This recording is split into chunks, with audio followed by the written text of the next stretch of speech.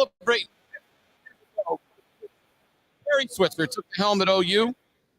At Othello's in Norman. Got a lot of great things happening right now. Let's bring in the legend, Mr. Al Eschbach. And by the way, another legend, Mr. Bob Stoops. And this show's known as The Total Dominance. Oh, it's fun. It didn't work. Hold on. Go ahead. Let's do that again. Okay. This is known as The Total Dominance. Hour. There you go. Hey, Coach, how you doing? I'm doing great. Fun to be here, seeing so many former players and assistant coaches that I know of, Coach Switzer's, and Coach Switzer just walked in. It's awesome. What a great day for him and for OU. You know who I missed earlier? We all missed him, I guess, was Merv Johnson.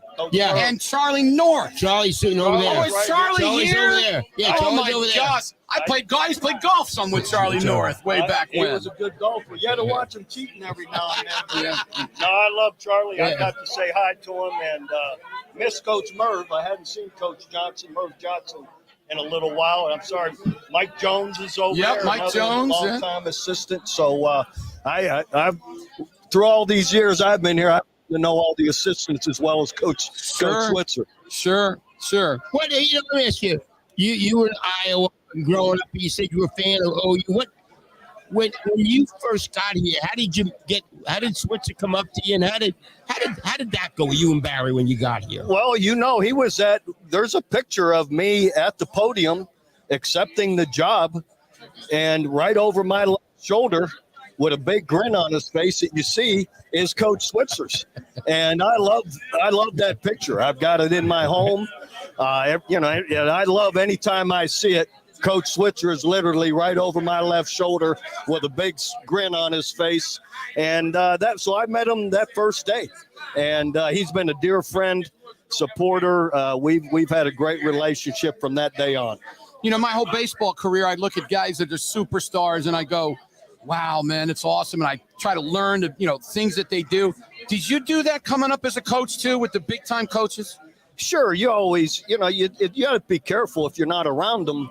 What are you really taking from it? Right. But you notice who does well and the longevity and the great success. And I watched Coach Switzer from afar in Ohio as a young person and then player at Iowa. And you had to recognize the great teams, the championships, but the flair they played with. Yeah.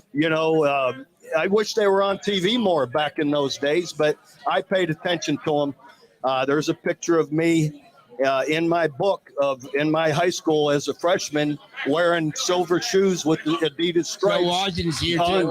Off of Joe Washington. So I was a fan all the way up in Ohio. Jim, you got to tell the story about Schnellenberger. I don't know if you know this, Bob. This is an incredible story. It's an amazing story. So, I got fired at the station that Al and I worked because I wouldn't do a strip bar commercial. They got rid of me, okay? So Craig Humphreys and I started our own station. It's called 1340. You might remember the beginning. But anyway, it was right when Howard Schnellenberger took the job. And so we wanted to go meet with him just to let us know, hey, we're starting the station, blah, blah, blah. Say hi to him. So we go meet in the office that you were in for years, and we go meet him. And we walk in there. He stands up. He walks over. He's never met us in his life, okay? He doesn't. We could be fakes for all we know. He stands up. He looks out the window, and he goes, "You see all those championships over there?" And we go, "Yeah." They cheated for every one of them. Oh, jeez. Can you believe that? Yeah. I mean, Craig Humphreys has been. His family has had season tickets for OU for like 60 years, okay? And we looked at each other like, what in the world? He said that to us. Can you believe that? That's a bad start. Oh, my God. Yeah. And by the way, I was in a trailer when I got here, not his office. Oh, that's right. They were rebuilding, right? Yeah, they were absolutely. Redoing, yeah. But maybe good luck for me. Yeah, it was. You know what I found out putting this thing together, Bob, is how the foreign players love Barry Switzer. Oh, yeah, of course. How can you not? Man. And, unfortunately, again, I've been here so long. I know all those players and really, well as well, and great guys. And there's a great loyalty here, a great camaraderie and a fellowship when you've played here and when you've coached here. Yeah, there's no doubt. You see these guys that have been around forever, and they just stay, and they just love Coach Switzer so much. We're talking to Bob Stoops. First of all, I said this to you earlier. I said congratulations on your win down there this year. The XFL championship. XFL championship. I bet you nobody was betting on us in the first half of the season. Yeah, you weren't playing very well, were you? No, we were pretty rough. What turned it around? We got a new quarterback in our last 4 or 5 games. Luis Perez, and that really changed everything. And that gave us more confidence to open up more offensively and had better production. And sure enough, we go into the playoffs 4-6. Fortunately, the other people in our division were a little worse, or we had beat them. Right. So that helped. And then we win the playoff game against Houston, and then we win the championship against a 10-1 DC team. That was really good. And truth be told, by the end of it, going into the game, I had confidence. I told Matt McMillan, guy that works with us, that worked with me here for all 18 years, I said, we're going to win this thing. So, that's how good you felt about the game. Chuck Long was his quarterback coach. Chuck's in here one night, and he goes, this is before your first playoff game. He goes, he said, Bob is so much unlike Bill Snyder. He goes, after practice, he go, Bobby would go, come on, guys, let's grab a beer. Chuck did a great job. He's quarterback coach and co-coordinator with Jonathan Hayes. Yeah, they Jonathan were both Hayes, with us here when we won our national championship. And, it's fun having guys that we played ball together at Iowa as well as coach together here at OU. It's amazing what Barry did. Well, first, when Jim McKenzie came in and put his staff together, and it was what Barry had a great staff. And that's what, when you came here, the staff that you put together here in '99 was really, in fact, we got the picture of Mike Leach hanging up out there with us. Miss Mike, yeah. So, and we kept a lot of his principles even after he left to go to Tech the next year. A lot of our passing principles were the same. I'll be honest, with Mark Mangino taking over, he wanted to run it down the throat a little bit more. He added a little more run game, but there was a good blend of it, and we all miss Mike. And but that was a stroke of luck for me to be able to get Mike right off the start to give us the start that he did. That's a good segue, because obviously Brent's first year didn't go real well. They had lost so many players, and it was just a tough little deal. Didn't go very well. They had a great first game. Let me ask you something. There's been a lot of talk about how much he is involved in the defense, okay? And he's the best defensive coordinator in the country. When you came here, you were considered the best defensive coordinator in the country. You did it a little bit differently, though. I know you were involved during the week, right? Help us out a little bit on that, Bob. No, listen, I was in meetings, and I paid attention what we're doing. Right. Mike and Brent were on my staff and coached with me for a good number of years. Brent played with us and he coached with us. Kansas State. Mike was with me the whole time. They were going to run my defense. Sure.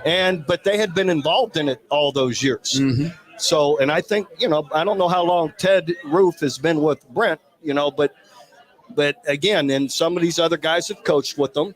But I sat in those meetings. I knew what we were going to call. Right. I would veto something that I don't like that.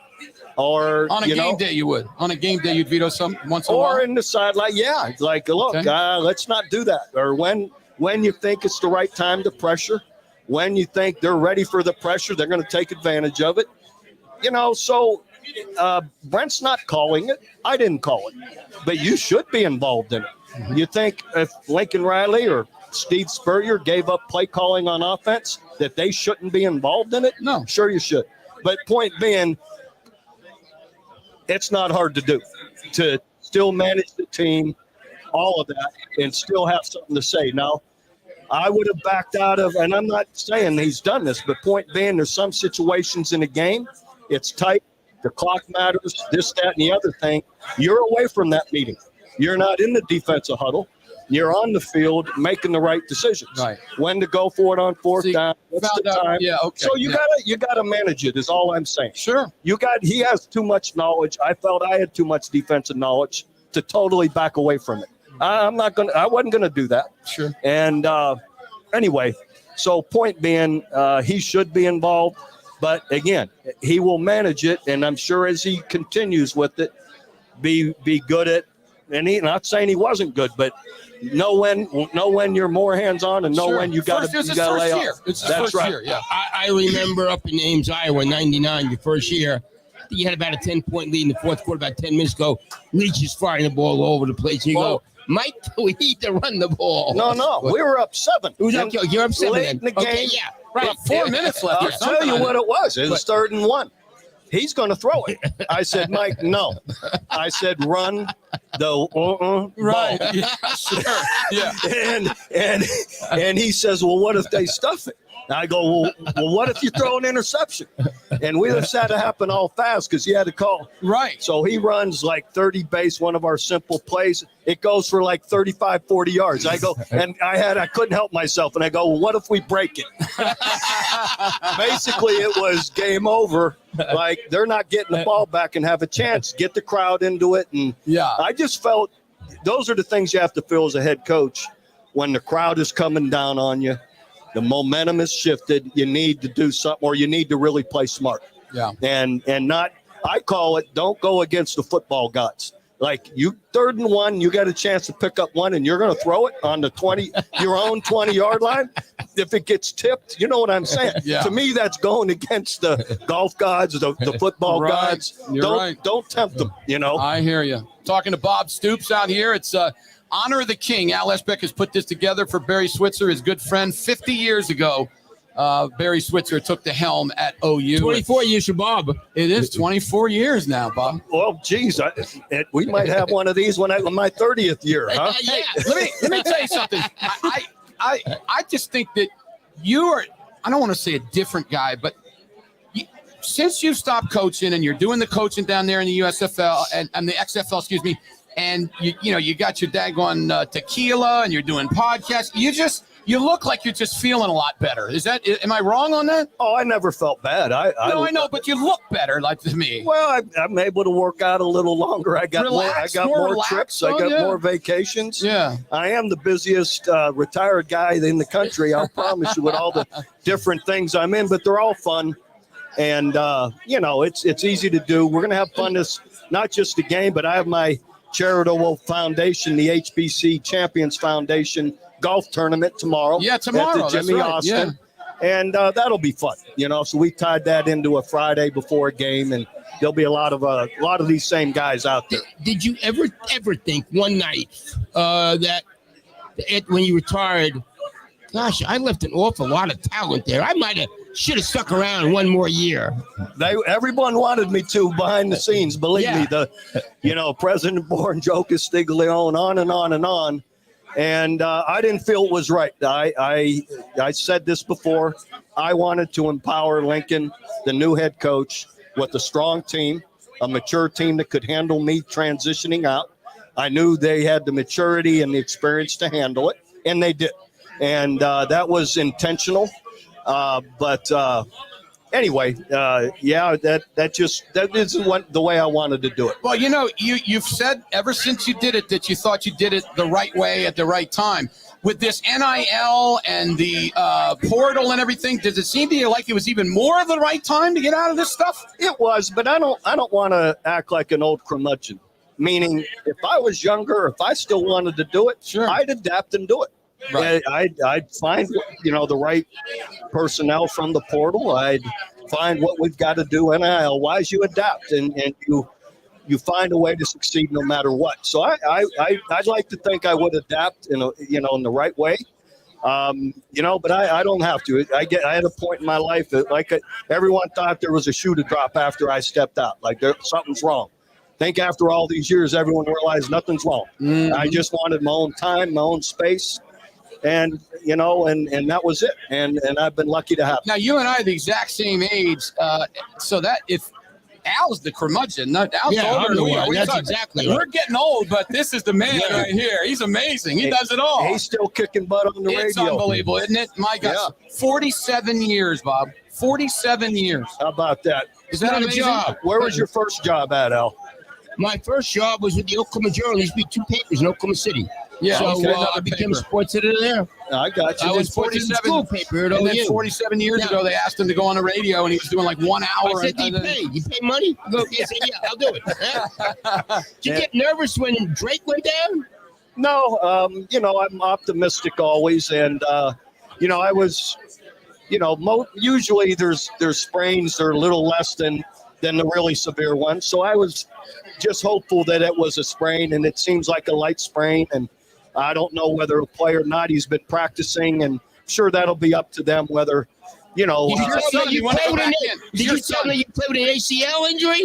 Yeah. Well, he knows I played without an ACL for 2 years. Yeah. But that's rare. That's a rare occasion. And Jason's out here. Remember you told the story about that and everything. Yeah, Jason White's here, and When it happened, I thought it was the collarbone right away when it went, and then thank God I think it wasn't. if it was that, I had hope that he wouldn't be standing there dangling it, getting ready for a play. Good point. So I was thinking maybe it's a stinger or a sprain. Yeah.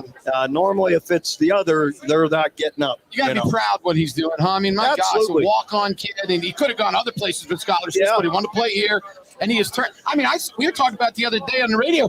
I think your boy has a chance to play at the next level. Well, it's always, absolutely. You see a lot of these kind of guys. He's worked out 3 years with. For about 3 days, goes in the off season, works with Danny Amendola. Oh yeah, but that's a perfect guy. And he's been a great mentor and friend to him. So he's one of those kind of guys that they're long shots, but they definitely have a place in today's ball game. The way everybody throws it quickly. Those get open guys. Get open and catch it, right? Absolutely. They always have a place. That's awesome. You've been doing some stuff with Switzer this summer, haven't you? Yeah, Coach and I trying to help them with the new Sooners Access magazine but Coach, I met with them, he and Mike Henry, when we were in the middle of our XFL season about it. So again, I love running it. He and I signed about 100 items for my golf tournament tomorrow. I was in his driveway yesterday. We were sitting there signing everything. So again, been a close and dear friend all these years. Is your golf game any good? Not really, Jim. You said it was going to be better when you retired. You told me you're going to get better at golf. You know what's happened? This is hard to believe. I play less now. It's like I don't have a schedule. I'm all over the place with everything. I'm hopeful, though, in the fall here, I'm going to get back into a regular routine.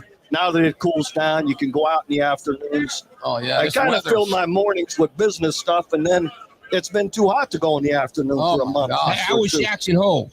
It's fantastic. You go out there, the high 78. You need a jacket in the evenings and in the mornings.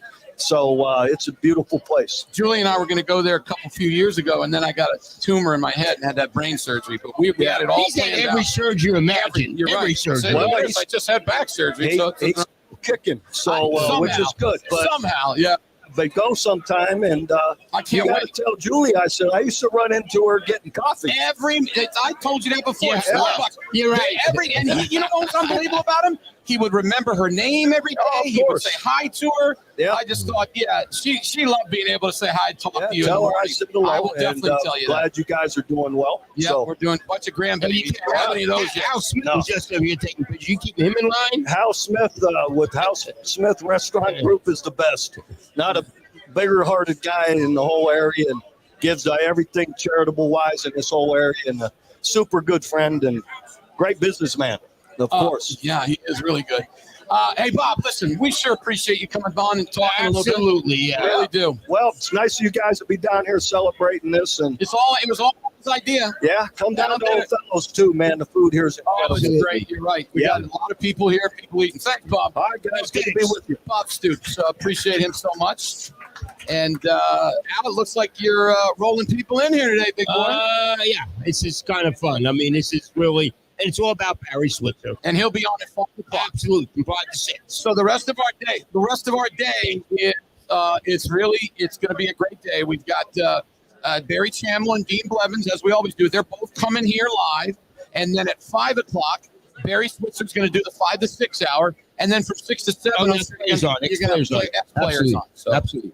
Tell you what, it's amazing to see the people and how they feel about Barry Switzer, huh? It really is. It makes you feel good, man. It really does. And I don't know if I've ever heard anybody say a bad word about it. Maybe other teams. And stuff. I know. On him. OSU. Some of the OSU people don't like him very much. But, but you know what? I think even that hate is mellowed over you. Don't you? Yes, I do. I think you got people respect the heck out of what he did. Did a great job. Let's take an OG&E break. Go to oge.com/stormprep for your safety tips. We are here at Othello's in Campus Corner in Norman, celebrating 50 years ago. Right now, Barry Switzer took the helm at OU. He is the king. By the way, great raffle prizes. Make sure you sign up for that. A pair of tickets to the big game down in Dallas, plus a Friday night hotel. And another one is a pair of tickets and field passes to the New York Jets Dallas Cowboys on September 17th. We'll be back to talk to the legend, Mr. Al Eschbach, as the NFL gets started tonight and everything else. And this show is known worldwide as the dominant duo. 50 years of coaching.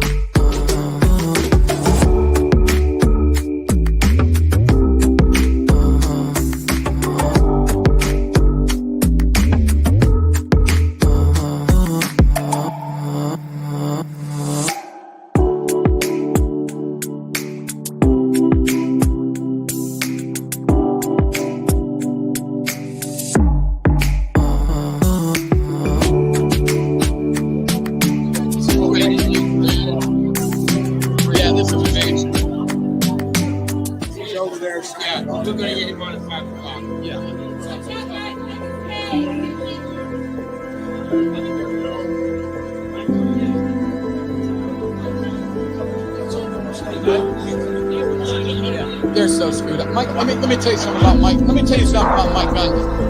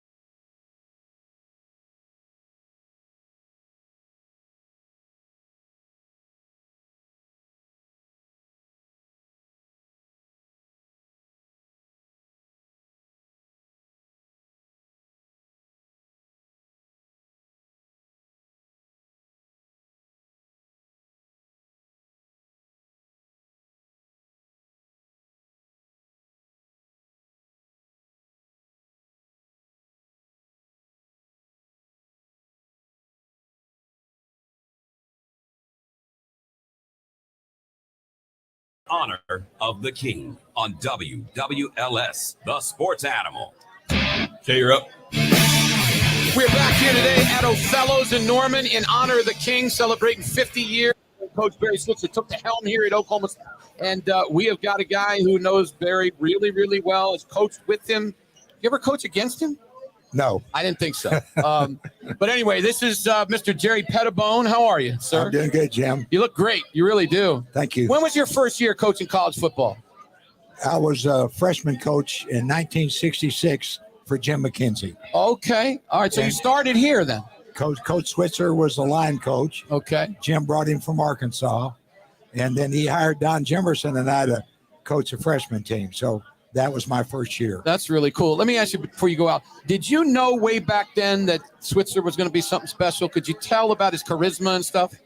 Well, all you had to do is to be around him when of course, Jim passed away, Chuck got the job. Right. And Barry and Galen Hall were up in the press box making the calls, and Coach Fairbanks and Billy Michaels was the signal caller on the sideline. Right. All you had to do is stand up there and listen to Barry and Galen talk about what defense they were playing, things that we would work. And if either of them said they can't do that, I knew it was going to be 50-0. You know? let me. Bud Hebert told me the story yesterday. He says you're recruiting him, and you're going to your home visit Barry, you, and Jimmy Helms. Jim Helms, right? And Bud said his mother just a little bit worried. Says, "Is there heard there might be a drug problem at Oklahoma?" And Barry goes, "There's no drug problem at all. We got plenty of drugs." Yeah, no problem. He said, "We can get any drugs anytime we want to." What did the mama do? She died. She couldn't believe it. Oh, my gosh. And then Barry went on to say, her name was Jane. He went on to say, "Jane, doesn't matter where you go, you can find drugs." Right, that's a great point. And it's important that you go someplace and you surround yourself with the right kind of people that don't do that. Yeah, that's good. I was going to say, Jimmy Helms coached at OSU when I was there. Yeah. Yeah. Jimmy, did you like Jimmy? Did you like him? Jimmy's great. And Jimmy and I coached together at Texas A&M. Okay. With Jackie Sherrill. With Jackie Sherrill. That's Yeah. exactly right. Go ahead, Al. Well, you were a recruiting coordinator, and you had a head coach that was a great recruiter. So some of the stories, it's Thomas Lott is here, and Wendell Mosley, they go sign with the letter of intent down at San Antonio J High School. Barry goes, "Well, you got the letter so you can sign it?" Wendell goes, "I thought the head coach gets the letter." He had to fly Wendell back on a private and just to get the letter of intent. That's right. I love some of Switzer's stories, man. The one where he would go to the trash can and find out what beer they drank and then get the beer. That's brilliant. It's brilliant. It is. Frank Blevins. Yeah. I mean, that's brilliant, is it not? Oh, hey. That really is good stuff. Yeah, you guys had some hijinks going on. Hey, I've never been around a football coach that could communicate in the living room. I tell you a great story. Barry's recruiting Jack Mildren. Okay? Everybody wanted him. I was recruiting two other quarterbacks, Steve Judy from Longview and Philip Wood from McKinney, because I told Coach Switzer, I said, "Hey, if we don't get Mildren, we've got to have plan B." Sure. You know? So, and both of them told me that they would come to Oklahoma if we didn't get Jack. All right. So we were both staying at the Holiday Inn Central in Dallas. And I said, "Coach, he's the offensive coordinator. You got to go with me to see Philip Wood up here in McKinney and Steve Judy out in Longview." He goes, "Well, I don't mind going up to McKinney, but why in the hell am I going to go all the way to Longview, Texas? He's a damn quarterback." And I said, "Coach, because his mother used to be a Kilgore Rangerette." He said, "Set it up, Jerry. Set it up." Oh, man. That is just beautiful. Yeah, we talked a little bit off the air before you came on that, you went over to Oregon State and you're the head coach out there. You're running a wishbone at Oregon State when really the only ones that were running it were the service, right? The service groups. Well, let me ask you, I know you're saying, but let me ask you this. Can the wishbone work now? Yes. But what do you have to do? Because the defense now is so much faster than it was 25, 30, 40 years ago. So tell me, how would it work now? What would you have to do? Kyler Murray quarterback. That's That right. would be a good one. Yeah, that'd be a really good Kyler one. Murray, a quarterback. Yeah, yeah. It'll work because it's the most team-oriented offense you've ever seen. People don't. The service academies run it because it can negate talent. That's right. You can have less talented players, have kids that are smart, make good decisions, and you can compete with the big boys. Mhm. All right. So the big schools don't like it because the ball's not in the air. Mhm. It's going backwards. It's floating backwards Right. to the pitch man, Right. but it's not down the field, and that's what people want to see. The guy at Georgia Tech tried it, didn't work there, but there would be somebody who could do it probably if you got the right people. Definitely. Yeah, I would run it. I tried to do it in the Pac-10, but I didn't have the players against USC and Washington and Oregon and Yeah. schools like that. But we were very competitive. Yeah, you went to some bowl games and Yeah, stuff. we Y'all did did. a nice job out there. You got he got to tell the story. This is a great story. When people were crazy, Wahoo McDaniel used to play here, former pro wrestler. Yeah. He decided he was going to run from here to Chickasha. You want to tell that story? He's going to run from here to Chickasha? Yeah, run What, from just here the to- back of it? Just, Yeah. Oh, yeah. Well, there was a bunch of guys in the athletic dorm, Dick Carpenter and Jakey Sandifer, guys like that said, Wahoo said, hey, I can do this, I can do that. and Dick Carpenter said, I bet you cannot run from here to Chickasha. He said, you're not tough enough to do that, Wahoo. He did it. And Wahoo said, hey, let me get ready. So he starts running down the highway to Chickasha, and he got on the radio. And I tell you what, there were cars coming from both directions, honking, and Wahoo and everything. He made it about 2/3 of the way to Chickasha. That was it. that was it? That's pretty good, though. Yeah, it was. Well, he's one of them crazy wrestlers. By the way, Barry Trammell said that it did work at Georgia Tech. So he's telling me that it did work there. Oh, It yeah. worked for a little while. So, It did work. Barry's right. yeah. Paul Johnson was the head coach of Georgia Tech, and he won. Yeah, he was the went to conference. Navy to Georgia Tech. He did. Did any of those guys, did any of them call you? Like, because you weren't the grandfather, the godfather of the Wishbone, but you sure as heck was something brilliant. Did any of those people run the Wishbone ever call you and Oh, ask yeah. you about it? Fisher DeBerry Oh, yeah. was the head Air coach Force. of Air Yeah, Force Academy, and we used to clinic back and forth all the time Okay. about different schemes and things we wanted to run with the Wishbone. Now, did you tell all those teams to put that stupid crown on the field like you guys had at OU? I played there against you guys, and we got obliterated at OSU. And I was throwing passes into the stands in practice. I'm like, what is this thing? But you could run downhill, couldn't you? Downhill. That ball would go That's so downhill. crazy. You got to tell some Jay. You see with Joe Don Looney too. Oh, yeah. Joe Don Looney. Yeah, he had to be crazy. You know, Oh, yeah. were you a student, graduate, assistant then when Looney was I here? was a GA. And Okay. when I was in charge of recruiting, and we played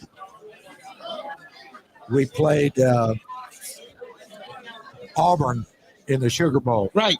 Tinker's year, freshman year. He was the MVP. And anyway, we were practicing there at Sugar Bowl Stadium, and one of the managers walked up to me and said, Coach, there's a guy over there on the sideline that said he used to play at OU and he knows you.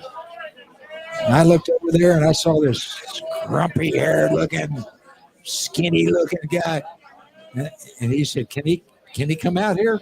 I said, okay. So he walked out. When he got about 10 feet from me, I realized it was Joe Don. And he had been to India and had been the assistant to some guru over in India. Piece of work. Now, two questions. Was there really something wrong with him? And two, how great of a football player was he and could have been? Oh, he was a great football player. He was at Cameron Junior College. He's from Pascal High School in Fort Worth. Right. Jay O'Neill, who's my partner with Centers Up and Centers, recruited Joe Don. But he was one of those guys that had great talent, but he didn't like to practice hard. Didn't play. Hey, I was a graduate assistant when we played Syracuse here. And they were in front 6-0 in the fourth quarter. And Joe Don walked up to Gomer and said, hey, put me in, I'll win it for you. And Gomer said, Joe Dunn, sit down over on the bench. Coaches don't like to hear that. No, and so we couldn't move the ball. So finally, Gomer walked up to Coach Wilkinson and said, hey, let's give it a shot. So he put Joe Dunn in. Monty Deere was the quarterback. Second play from scrimmage. Run a down the line option. Pitch it to Joe Dunn. 80 yards for a touchdown. Wow. Now, were you here in 62 when he decked the assistant coach? Do what? When he decked the assistant coach? No, I was not here. That was John Tatum.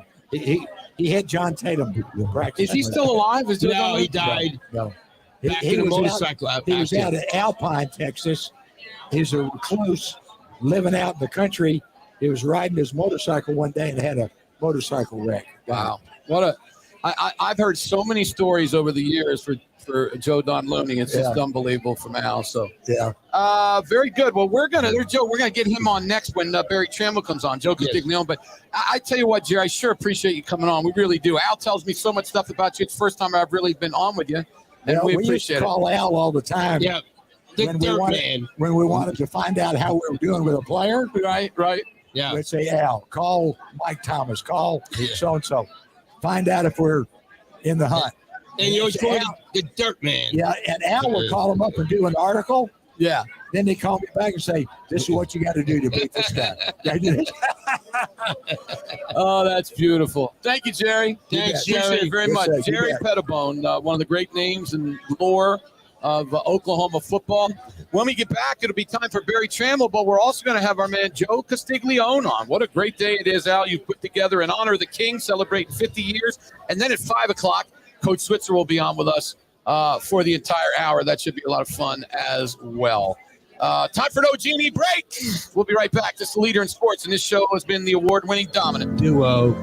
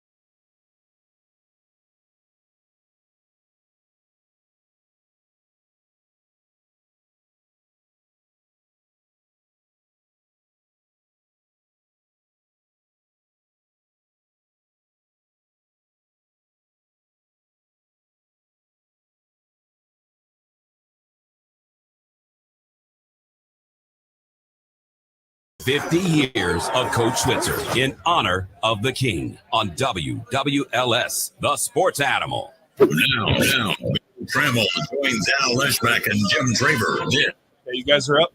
On AM 640 and 90.1 FM, WWLS The Sports Animal.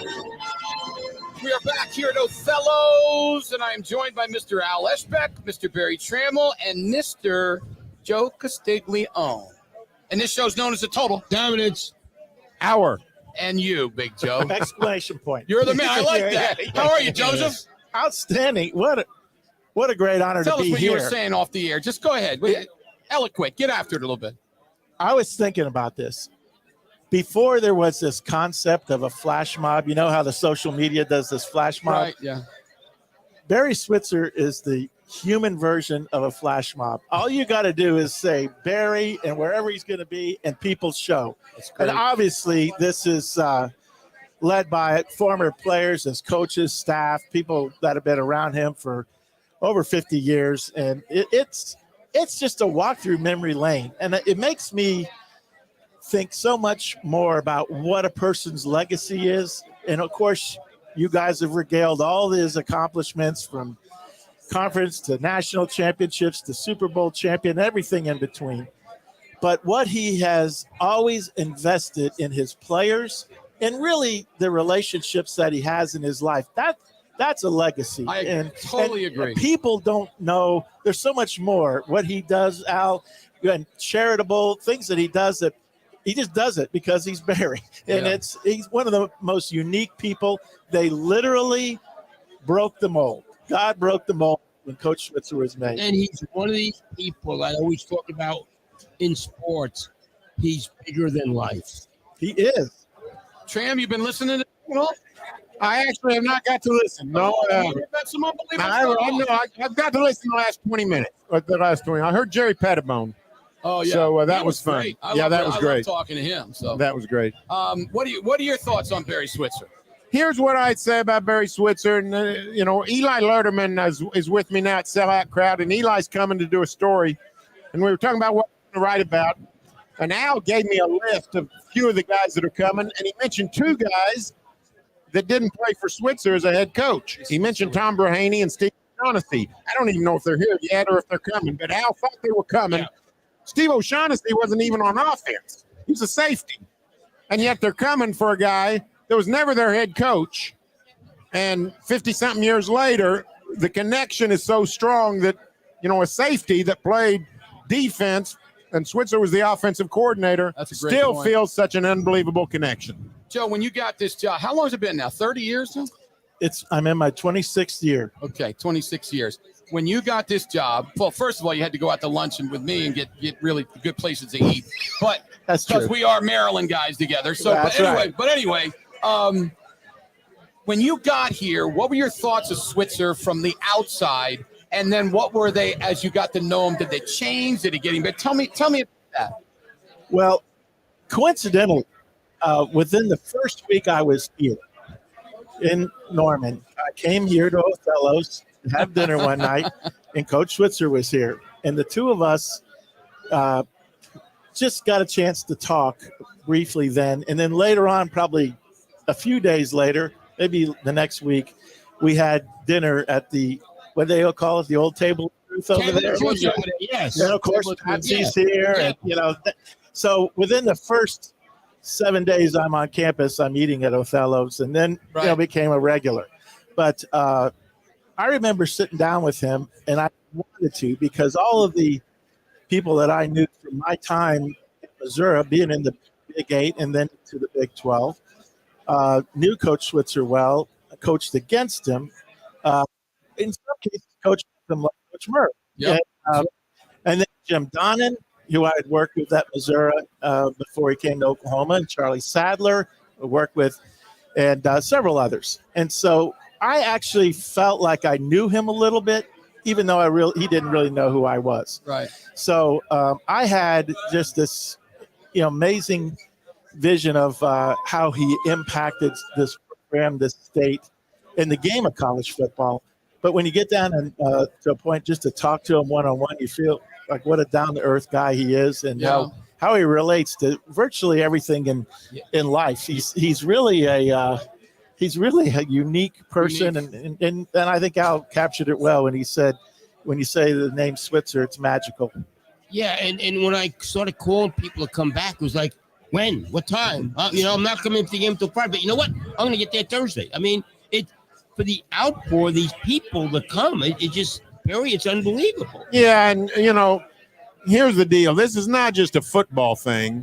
Switzer connects with all kinds of people. He hadn't coached a game in 26 years, 27 years, and yet he's still connecting with people. If you really want to see Barry Switzer, there's about most days you can find him at one of 3 or 4 lunch places around Norman. He's often sitting by himself to start with, but by the time he's about 2/3 of the way through his meal, he's had lunch with 3 or 4 different people. Trim, he's so approachable. You got a unique perspective too. I asked Joe about it. I'm gonna ask you too. You grew up here, you were an OU fan, you knew him that way, and then you got into the business, got to know him better that way. Tell me your perspective of him as it went along. Well, I started in the business at the age of 18, so I covered my first OU football game. I was 18 years old. So I sort of got spoiled by his media policies. They're vastly different than they are today. Let's just put it that way. Al, his media policies. Would you like those to come back, Al? So, gosh. we all love Bob Stoops, and we all love Barry Switzer, right? But the story I remember is early in Stoops' career, Switzer made the College Football Hall of Fame. And the Oklahoma chapter of the Football Foundation, I think Joe was there up in New York, and they had a cocktail party reception celebrating Switzer. And I got invited to it. And I went, and when I walked in, there was a group. I think Joe was in the group. There's like the Selman brothers, or maybe Dewey and Leroy, Keith Jackson, Joe Washington, all kinds of these guys. And they're having telling old stories. And it's Switzer and Lacewell doing the storytelling. Oh, my goodness. And so everybody's just captivated. And Stoops walks in. And Stoops was a young guy. He's not this way anymore. But he was a little put off that I was part of it. And he was sort of uncomfortable. And he told Switzer, he said, you better be careful what you say. Sort of pointed at me because I was there. And Switzer looked at him like he had 4 heads. I mean, Switzer had no concept of, right. Let's be careful. Let's watch what we say. Let's keep everybody at arm's length. Yeah. So that was foreign to Switzer. He didn't even know what that was all about. And he just kept going. So it's just an example of the way things used to be. Nobody's the way Switzer was. I'm not saying, Right. Nobody nowadays. Nowadays. Yeah. So it was great covering the Sooners under Switzer. What was it like for you afar before you knew Switzer? Well, unfortunately, I was on the other side of a couple of bad losses. Some whooping. 70. Were you there? The 77-0. Yes, year? I was. I think I might be the only person in history that has seen it from both sides. Right, yeah, that's right. Yes, that's right. Both times I was really worried about the Sooner Schooner and the ponies. I mean, I thought the ASPCA were going to come investigate us, but literally, We had actually, my first year at Missouri, we had actually upset Oklahoma and then upset them the second time they came back to Norman. Had a good team, but that was it. Then I was on a bad side of it for a long time. But the impression of watching what a champion coach is and how connected he is with his players, connected with the game, and he changed the game. I mean, you think about one of the pioneers in college football. Barry Switzer's a pioneer. Yes, he may have taken a little bit of this and a little bit of that to try to make it his own, but he changed the game. He changed the way people had to play to win at a championship level. And then, like we said earlier, the way his players are drawn to him is so many ways, and will go anywhere at any time for him. That says everything about what a true coach really is. And importantly, how he recruited the African-American players. Yeah, that's another historical moment. Yeah, no doubt about He it. goes against the grain, and he's comfortable in his own skin because he understands what's right. He knew he was doing the right thing. For sure. And he did. And he did. You're exactly right. I want to let our affiliates know we're going to go a little bit late here, so just want to let you all know that. Hey, Joe, we got something else.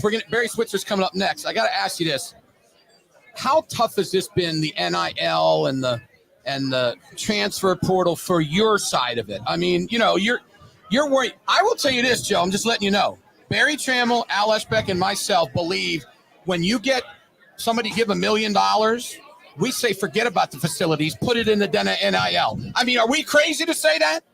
Well, if you just watch the way things are evolving, there's the part about it, Jim, is there isn't any real true regulation. The NCAA has some suggested NIL policies and rules, and they certainly say what you can't do as far as an inducement, and everybody's trying to live within that box. But the part that is maddening, it's not about what the players are doing. It's everybody else that we don't really know and have no way of knowing of what's going on. And so it's a kind of a tug of war. We're trying to make sure we're doing everything we can lean in permissively to help the players, but we really don't know everything that's going on the other side. There's some of it, but not all of it. And that's the part I think in the long run, Jim, that it's going to evolve and is going to come under the athletic department.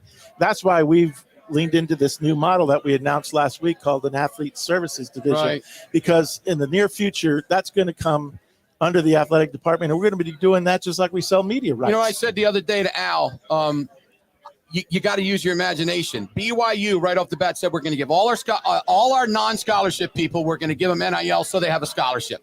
University of Texas, like it or not, brilliant move. Every offensive lineman right now, we're going to pay every offensive line, which, by the way, that's your number one deal. You have now come up with the deal of preferred walk-on, giving them the NIL so they get it, but they're you have to have imagination because everybody in the country is doing it, right? Well, that's right, and there aren't any real regulations to guide it. Right. So, I think if you ground your decision making in what's best for your athletes, we understand what the rules are. We're going to follow the rules. But if you think about what's best for the athletes, you're going to make really good decisions. And that's where we are trying to help them be at their best. And if your focus goes away from that, then you're really in the wrong business. Joseph, we appreciate you so much. By the way, it was here that Meatball gave him the nickname of the Godfather. That is right. Almost right on this spot. Absolutely. Almost in this spot. Meatball on the Thursday night show we do late night at hotels. Nicknamed him the Godfather. A lot of great memories. Good to be with you, Barry. Jim, good to see you, my friend. Good to see you, Al, Joseph. Good, Joe. Congratulations on a phenomenal idea. Look at this. This is amazing. It is amazing. Thank you. You're right. Appreciate you guys. Thank you, Joe. All right, we're going to go because when we come back, Barry Switzer is going to join us in honor of the King here at Othello's in Norman. It's an OG&E break. Stay with us on The Animal. 50 years of Coach Switzer. Honor of Thank you.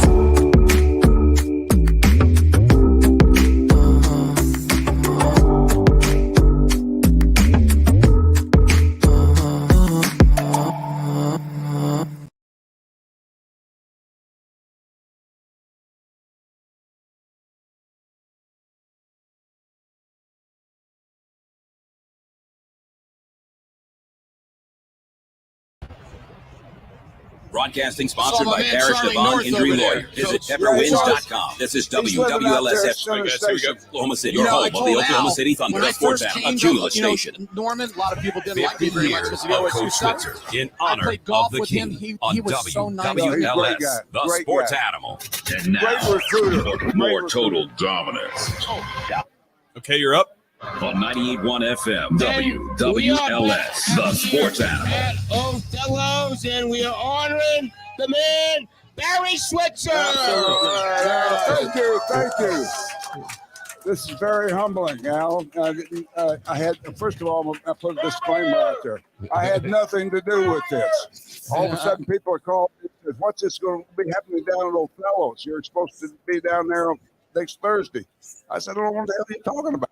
So I call Al, and Al tells me what's going on. And I said, well, what if I was out of town? What if I was out of state?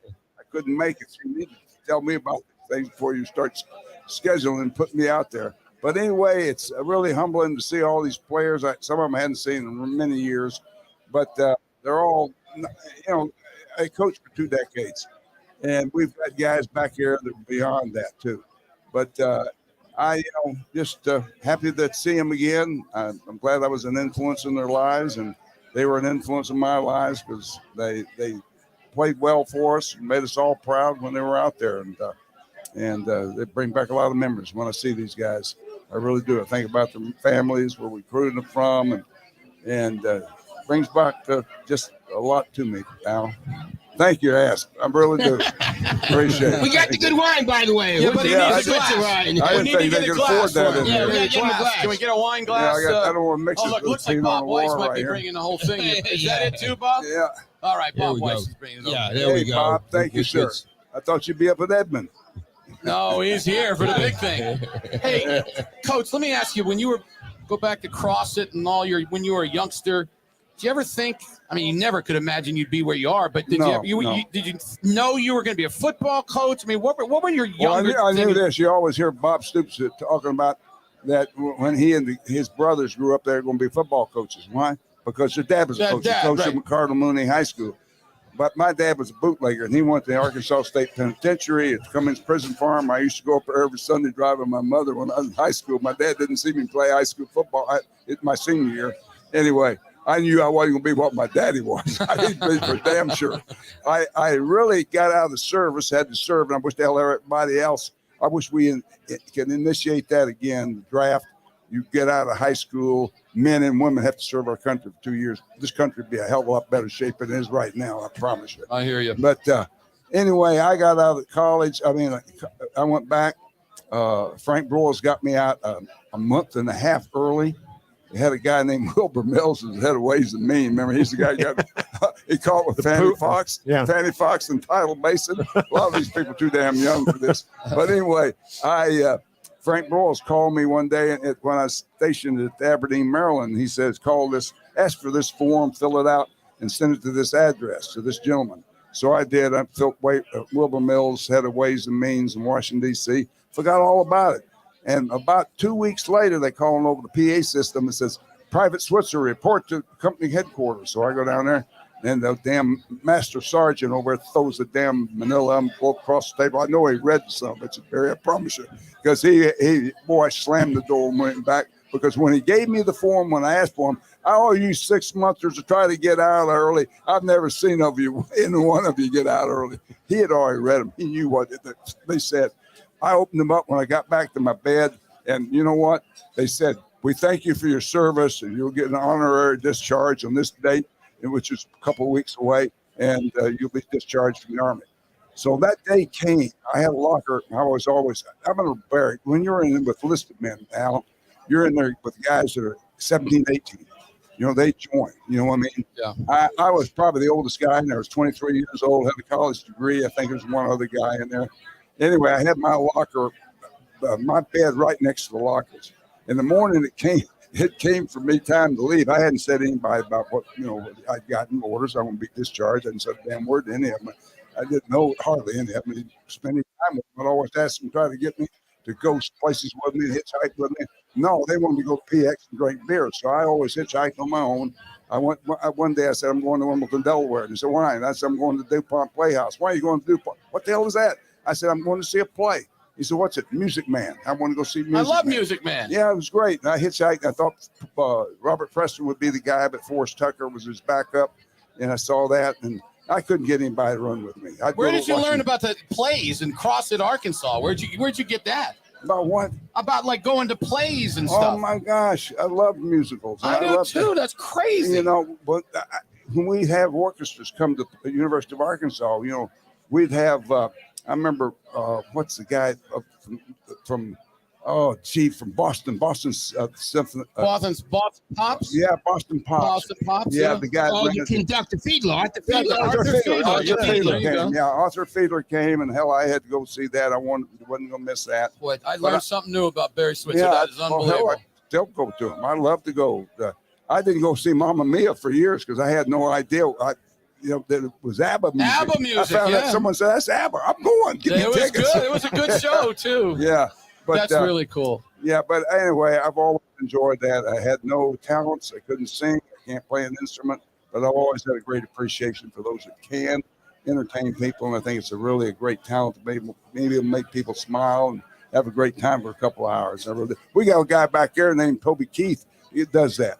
You know what I mean? He sure does. So Yeah, he certainly does. I went to Stillwater with him a few months ago when we were up here at a basketball game.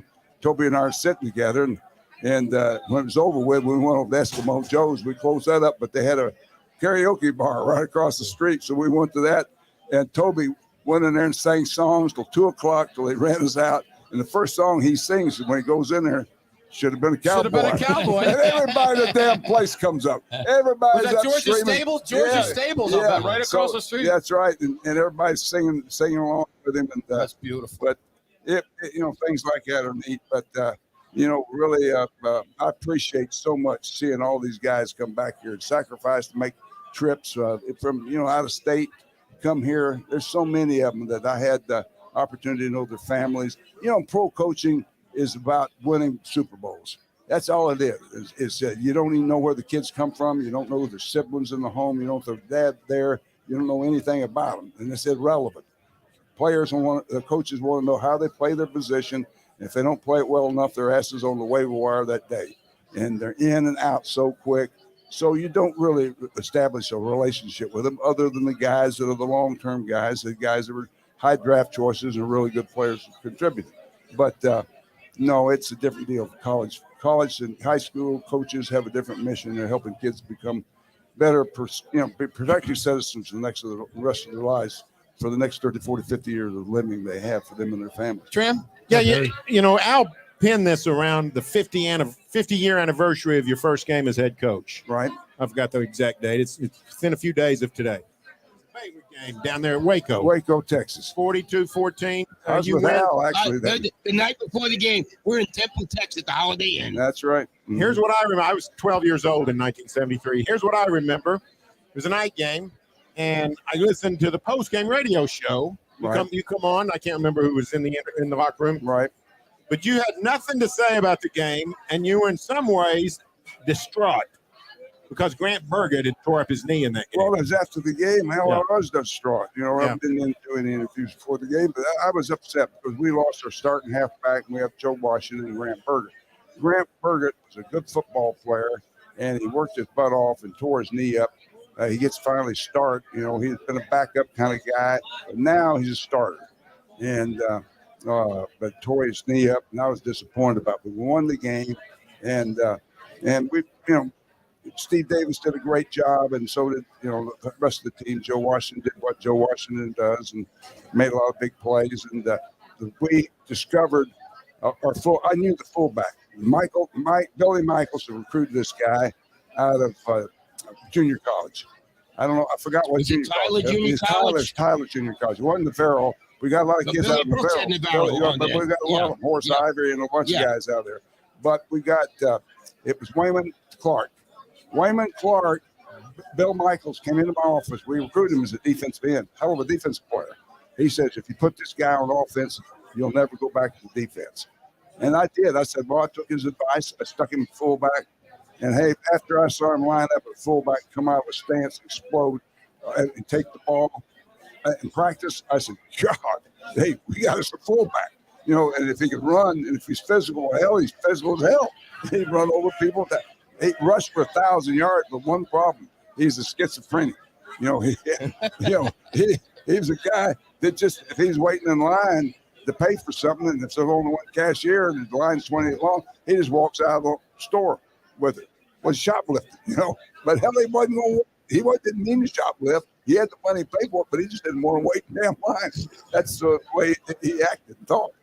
Wayman, when we finally got him kicked out, we had Wendell Mosley on our staff. Wendell said, "Hey, I'll take him and put him in my room with me in my apartment." And he says he come home one night and Wayman Clark was rooming with him, and he opens the door and smoke just bellows out of the apartment. Just smoke was floor. He said, "What the hell?" He goes in there, and Wayman is cooking hamburgers on the toilet seat. He's got a hibachi, little charcoal broiler sitting on the toilet seat in his damn apartment, and he's cooking hamburgers. And he said, "What the hell are you doing this for? What are you doing here? Doing this? Well, it's raining outside." Well, he just come from outside. It's not raining. It's just clear as hell, stars. But that's what he was rooming with. But talking about hell of a player. He rushes for over 1,000 yards that year. Joe Washington gets over 1,000. Had two backs in the backfield for 1,000. But that's the game we discovered him in, what he could do. You all remember that? Oh, yeah. He as soon as he touched the ball, he ricocheted up through there. People couldn't get him down. He can make people miss and make long runs. I think he made a 50-yard run for a touchdown. And then I'm thinking about who are we going to play Timmy Welch? And then Grant gets hurt, so I'll stick Timmy Welch over at halfback with Joe. And Timmy knew the offense wasn't going to make mistakes. He's a good blocker and all that. And we go give him the ball every once in a while. Well, the night before the game, we're with the Holiday Inn in Temple, Texas, and you go, we're having a cocktail. Imagine that. And Barry goes, "I think we got to be pretty good, but I just don't know if we're any good at quarterback." Well, I didn't, because this is his first game. Steve Davis had a good career. But I'm going to tell you something, how things do happen. If Kerry Jackson had not been kicked out of school because of changing the transcript, and he was ruled ineligible, Kerry Jackson would have been a quarterback. You may never have known about Steve Davis. Well, he'd probably been a backup. He wouldn't have had the career they had. And then it's true. Kerry Jackson was a great prospect, and he could throw the ball. You know, when his true freshman year, you all remember that he was our leading rusher and passer in the first 5 or 6 games of the season. Yeah. So he got hurt and then ruled ineligible. So anyway, it's it is. But Steve did a great job for us, and that's what you got to do. Guys got to step up and perform, and he did that. And I got a tough question for you. I got a tough question for you, okay? Tell me a recruit that you missed on that you were really upset about, and then tell me a recruit that you got that you didn't think there was any way you were going to get. Down deep, obviously. I'll tell you what, obviously Earl Campbell's the one that we missed on that I thought we'd get, but we didn't get him. And I thought we would get Earl. He committed to us, but when he got back home, the Texas was there waiting on him. They jumped all over him, and his mother was cleaning the house for the banker in town. He's a Texas graduate and all that. So we didn't have a lot of things working for us other than he wanted to play at Oklahoma. And Darrell Royal is, there weren't. I told him, I said, when you step in the huddle, you're not going to look up front, and you're not going to see any guys that look like you. They recruited a few skilled guys, but I recruited every guy at every position because I don't care. It's all about talent. Whatever position you play, we're going to recruit your ass, and I didn't care. I got a lot of letters. People criticized me for that, but I'd read in the team, we'd throw them away, and we'd have a big laugh about it. But what about a kid that you did get that you didn't think you were going to get? Was there anybody of that? Because I know you're confident you would get people, but, down deep you thought, boy, this is going to be really hard, and then you got it. Was anybody like that? Well, Marcus Dupree was recruited by everybody in America. But my guys kept telling me, you know what? There was no reason for us to get Marcus Dupree. It really wasn't. It'd be hard to get him today the way that it is in SEC. But back in, it was just that we did a great job, and I sent Billy Sims down there. We sent this one. You go see him many times you want to. And I had jet plane flying there. Billy had his cowboy hat on, big belt buckle, and blue jeans. He's just NFL Rookie of the Year. You know what I mean? Had a great career. First started Detroit Lions. Well, he gets off the plane. Marcus sees him, and Marcus didn't get on the plane to come back to Norman. He takes Billy to the high school. Philadelphia High School, and they turn out books for everybody to come by and see Billy Sims and get his autograph. That's what Marcus did to him. So eventually we got Marcus here, and hell, we got him. And you know what? And I regret, really, Marcus was, and he's in here, and I've told his ass before this. He was a little immature about being an 18-year-old freshman. I was too tough on him, probably. But I told his ass, when you don't work in practice, I got guys out there that busted ass for 3 or 4 years to be able to get in the huddle and start. And you're starting your first, you're playing, you're in the huddle with starters your first damn week here, first day here. I said, when you don't follow through and do the things that the rest of them do, they're all looking at me and say, I'm going to rack. I'm going to jump right in the middle of your butt. I called him in my office. I would talk to him in quiet, in confidence, just the two of us. That I'm going to do this. I've got to do this. And so Marcus finally, did better and all that. But, he could have been, they had that 30 for 30. It says the best that never was. Let me tell you, if he'd stayed and played at Oklahoma for 4 years, he'd been the best that ever was. Because I'm going to tell you something. He did the impossible, guys. He did the impossible. Marcus Dupree did the impossible. If you said a guy that got up to 325 pounds, driving a damn truck, been out of football for 5 years, that could go back and play in the NFL, you'd say, you're crazy. There's no way you could do it. But you know what?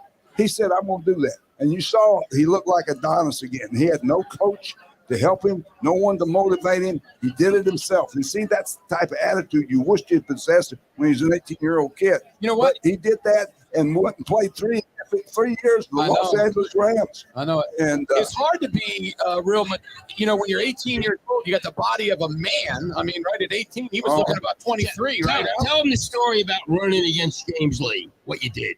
Well, they kept Charlie North. These guys kept timing. We ran out to the first time we timed these guys in the 40.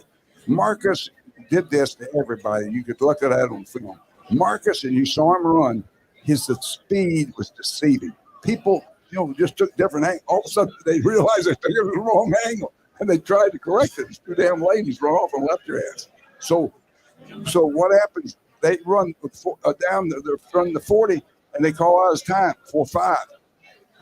He didn't run 4.5. Is what I said. That didn't look like a 4.5 to me. And they said 4.5.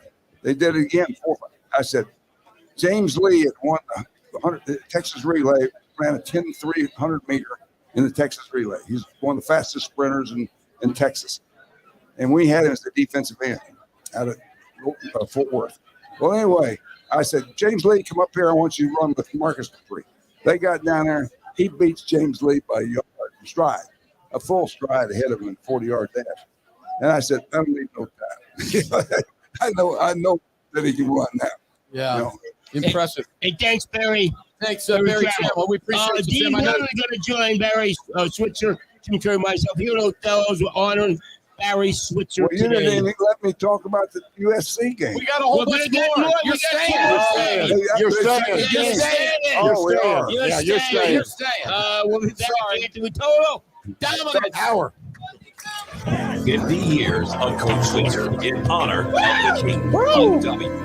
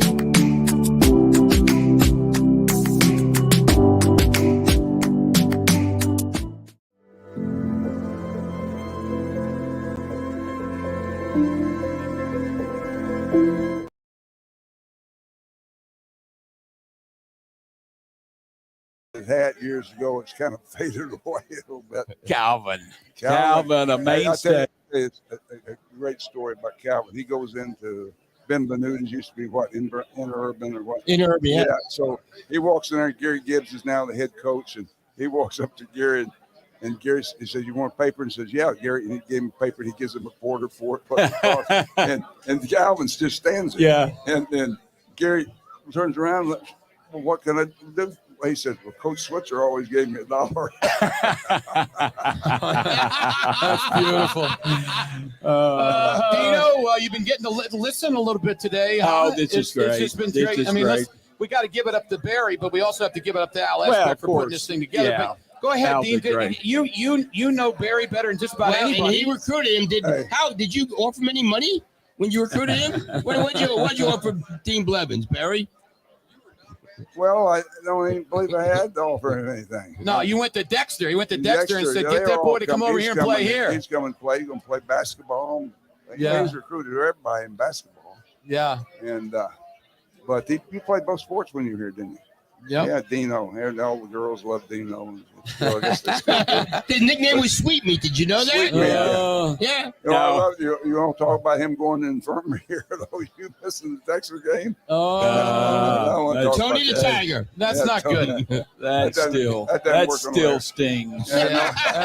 That was the worst football game two teams ever played. It was. And we got Thomas Lott here. I saw, he is. I saw the statistics from that game recently. Terrible. I think Texas won, and they had 126 total yards. Yeah, Texas was. That's right. Neither team had double-digit first downs. No, it was terrible. And we're going to win the game. We're going to win the game And bad because we offense. score. Horse Iver makes a great run at the end of the game. Scores, makes it. They have 7-6, right? Yeah. No, it's 6. No, it's they 6-6. kicked They kicked 2 field goals. Yeah, So 6-6. so it's 6-6. We kick the extra point and we win the damn game.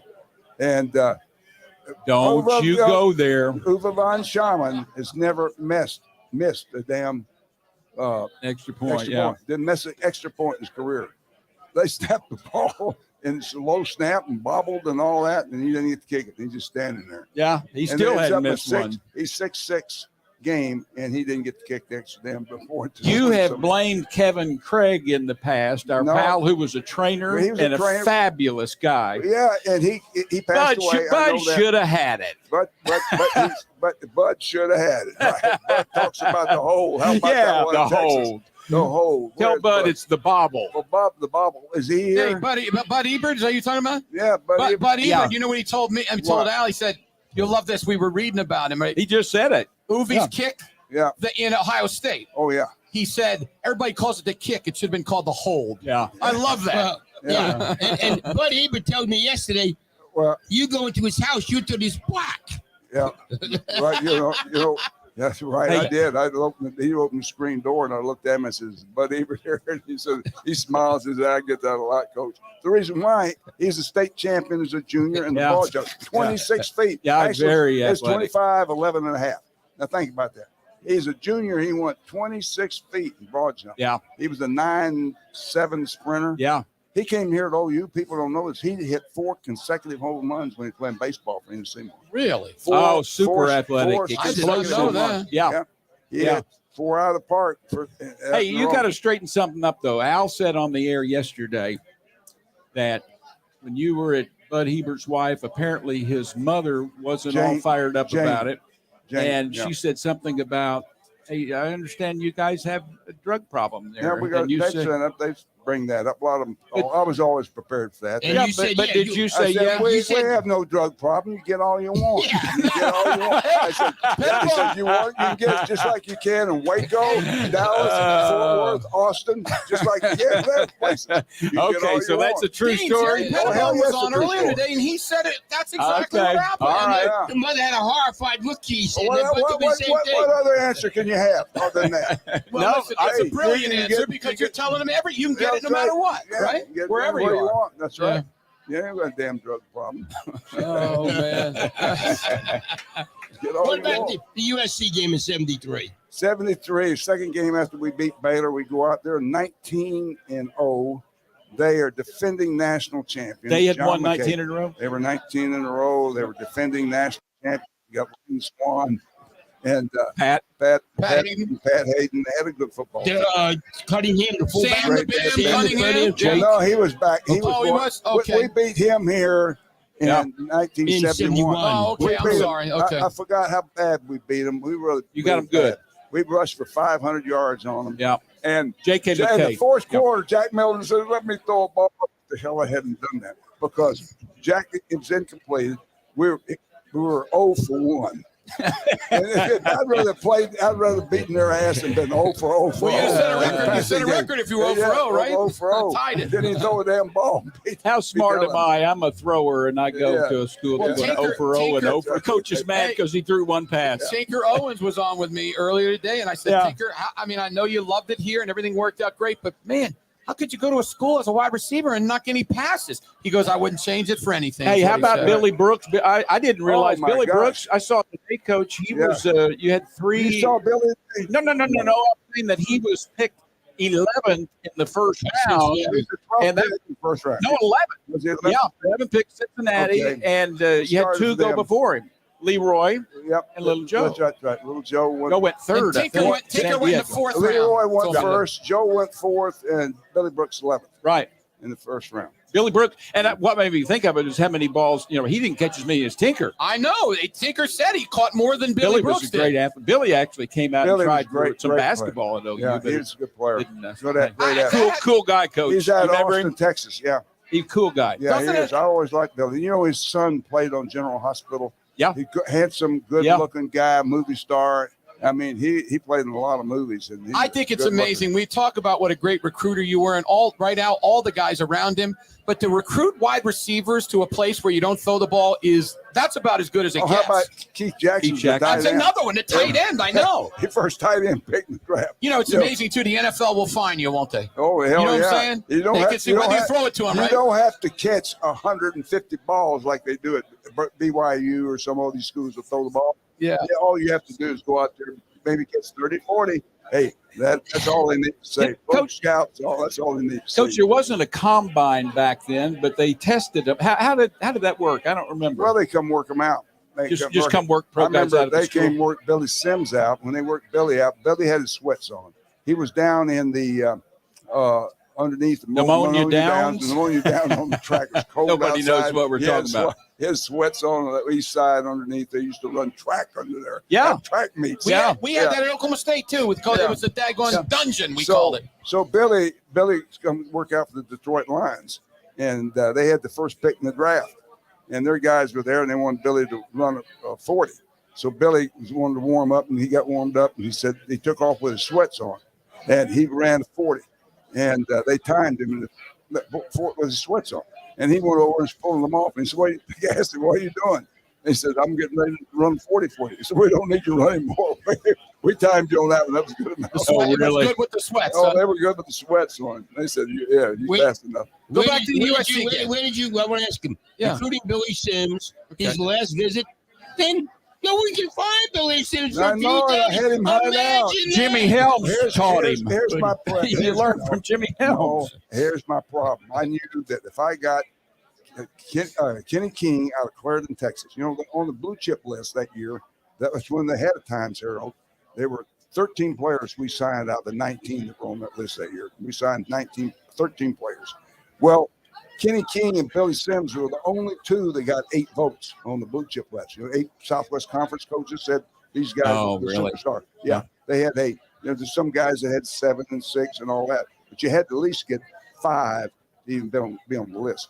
So anyway, Billy got 8, and so Kenny King.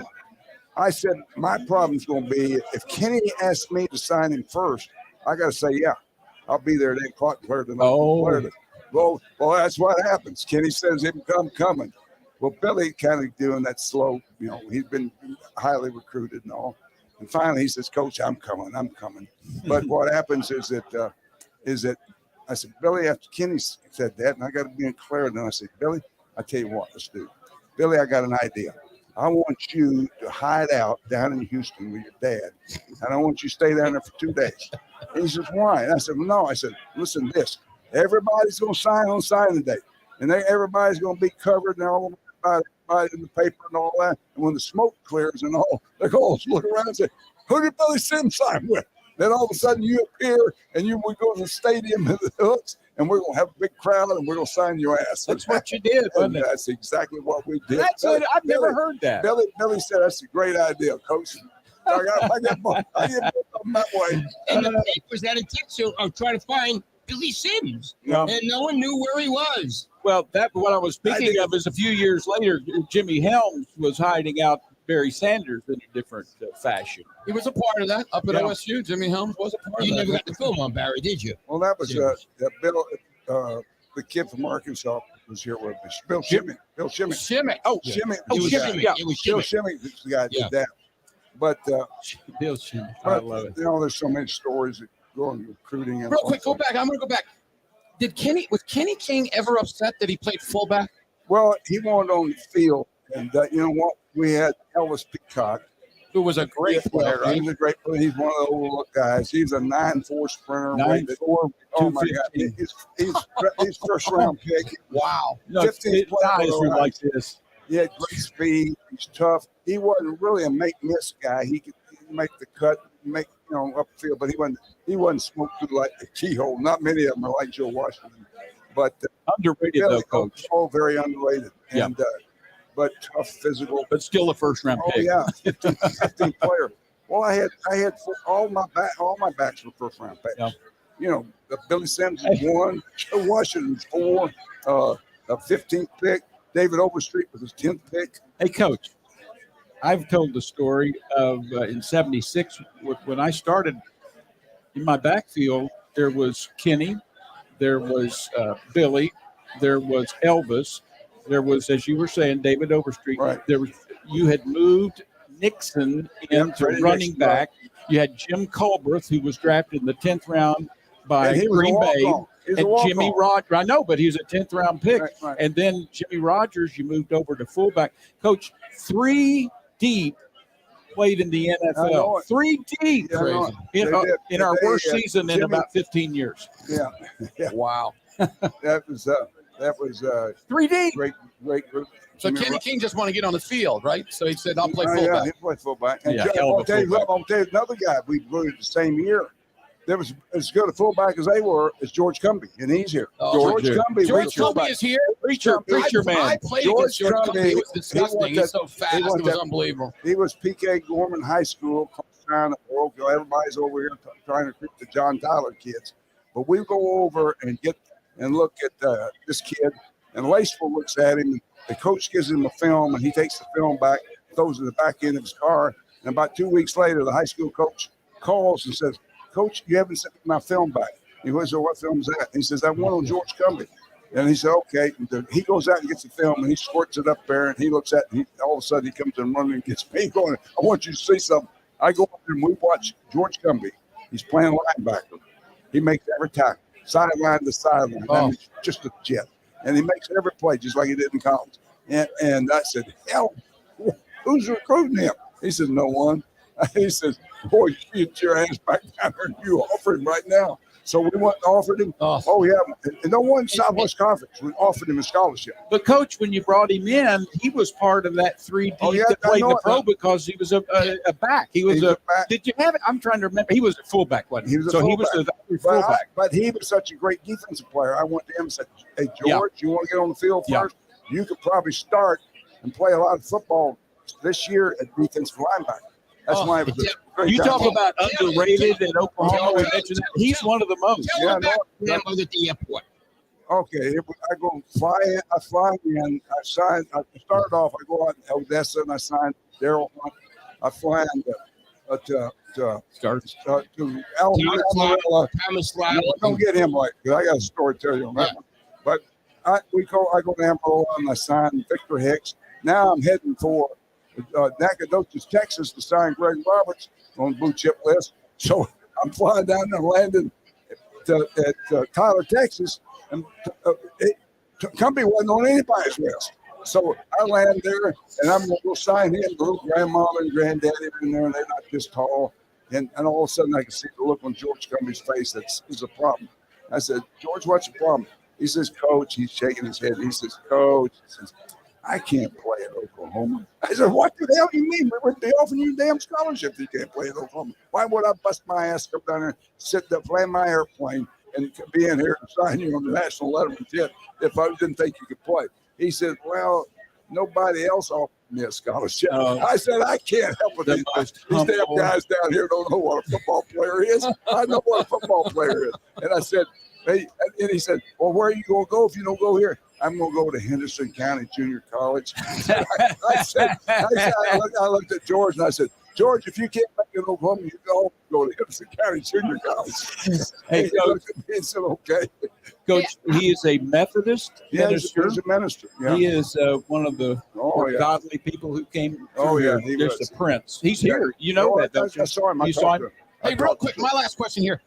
How good would Overstreet? How good would he have been? Oh my gosh! I just can't play pick the guy. If you want to have fun now, go watch Overstreet block for Billy Sims. I mean, here's a back 210, 215, 6'1", great speed. He knocked linebackers on their ass. And he pop play. We run the pop play with for Billy. Yeah. You think the runs against Nebraska when we come up there? That Overstreet is knocking them linebackers right in the mouth with his head. He was tough. Oh, they put Florida State. I got the film right here and show you guys later. He runs the bound in. You got the film here. Where is it? Right here on I got you. On your phone. He's still studying. He's still studying film. We're JC's the quarterback. JC's the quarterback. Billy's at left halfback. David's at right halfback.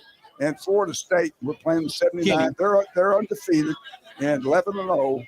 whatever. Yeah, 11-0, leading the nation defense against Russia, and only giving up 67 yards a game. They didn't know how to play us. So we would run unbounded the boundary, and they wouldn't overshift until finally they started moving over.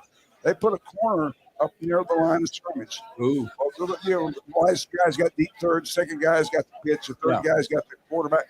That overstreet comes around there. He hits that damn quarterback. You can hear it. Oh, Dan Crickey does Orange Bowl and all. They have those guys on the sideline holding up these things. Well, you hear the pow. You actually hear the collision. He hits the damn guy in the chest. I don't even remember him being that kind of my blocker. God, Coach, we did. Yeah, I mean, he was a stud. And then you watch Stanley Wilson go through there, and he ends up blocking the linebacker down, and he gets safety. He gets 2 blocks. Then JC cuts up. Then the corner, the wide guy, the guy at the corners are covering Billy. I mean, or receiver has got the quarterback on. The quarterback is going, taking the quarterback. And so that's when JC laid out, throwing in the air and pitched the ball. Billy High steps it the rest of the way, 30 yards for a touchdown. The last touchdown he scored for you. And that was in the Orange Bowl. So you're 180. No, you just turned 80. And I just turned 80. Well, I'm trying to be kind. I remember when I announced on Sports Scene one night that you had turned 50, and you pulled me aside and you said, "Don't be telling everybody I'm 50." And I know why you were saying. I know why you were saying that. Why I'm sensitive as I was. My point is, how about the memory of this? Oh, it's ridiculous. I mean, it's unbelievable. Specific plays in a game. I can't remember where I parked. Let me talk about the Southern Cal game. You're going to be on for longer, so we got to take a break. We do have to have radio. Sorry, we do have to do commercials. We can plug the app because we're doing stuff like that. Me and you are doing stuff on that. Yeah, the app deal. Yeah. We're gonna get back in honor of Barry Switzer here at Othello. You want me to show you right? I'll show you. 50 years of Coach Switzer in honor of the King.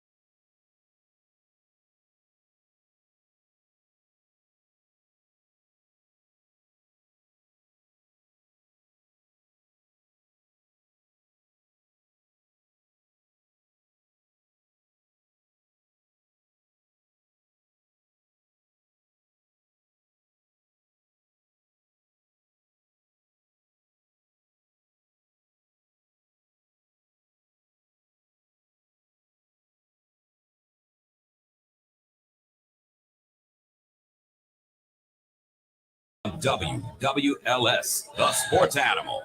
And we're back here at Othello's. By the way, after Barry's finished, I'm going to have Jamel Holloway, Joe Watson, Eddie Hinton, George Cumby, Thomas Swat. They're all on, so stick around. Okay, you want to talk about the USC game? Yeah, we played USC out there in the Coliseum. It's our second game. We're playing a team that's 19-0, defending national champions. They have a hell of a team.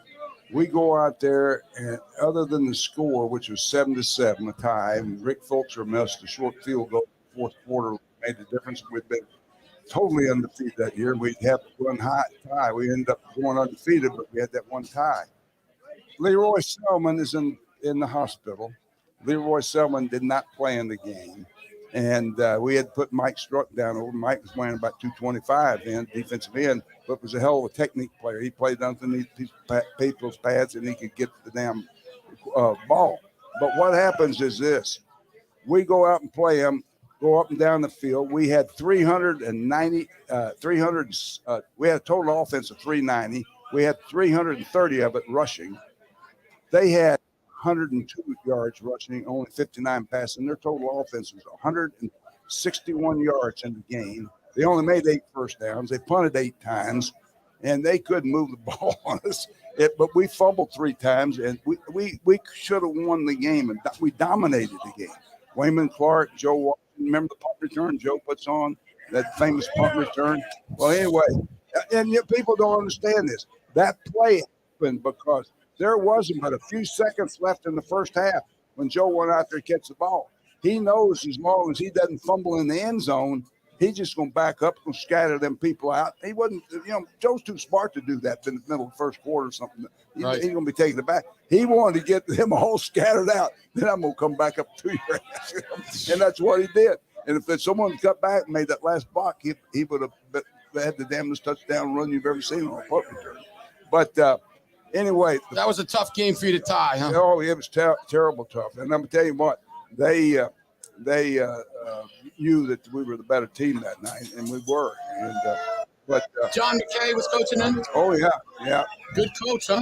oh yeah. But we'd already beaten them by here in 71, right? Yeah, here, and should have beaten them out there again. But anyway, yeah. But I just said I wanted to point that out. They had 8 first downs. They had, but And that was we your didn't. second We didn't coach. have Leroy Selman Second game of play. the season. That was your second game as a head coach, right? Right.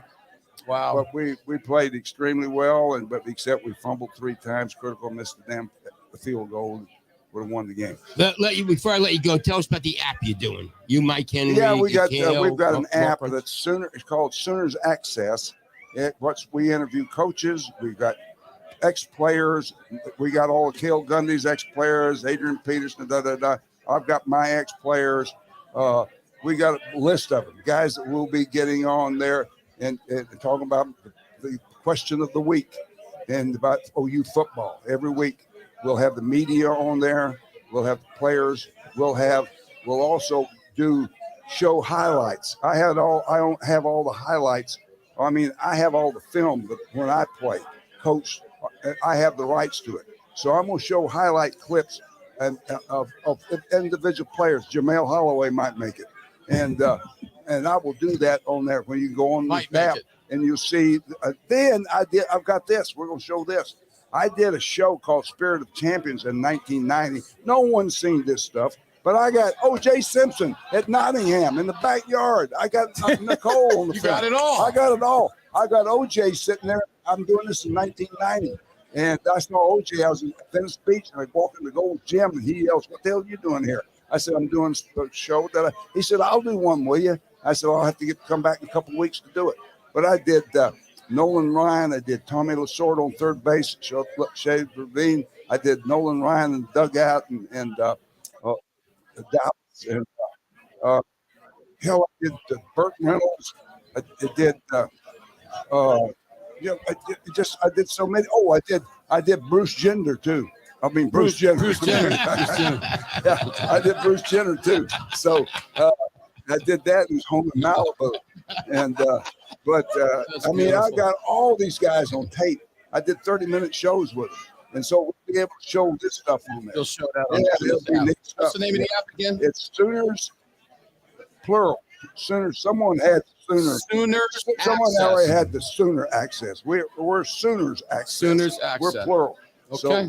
Hey, thanks, Barry. It's Thanks. been an honor to It's been awesome. honor you today. All right, thank you. Give it Thank up you, to guys. Barry Switzer. All right, coach. Absolutely. Give it to him. Unbelievable. You want to keep going? He said he wants to keep going. He wants to keep talking. You're going to so- mingle with the people. All right, I'll see you tomorrow. Okay, man. All right. We'll come back with more right here at Othello's. 50 year of Coach Switzer.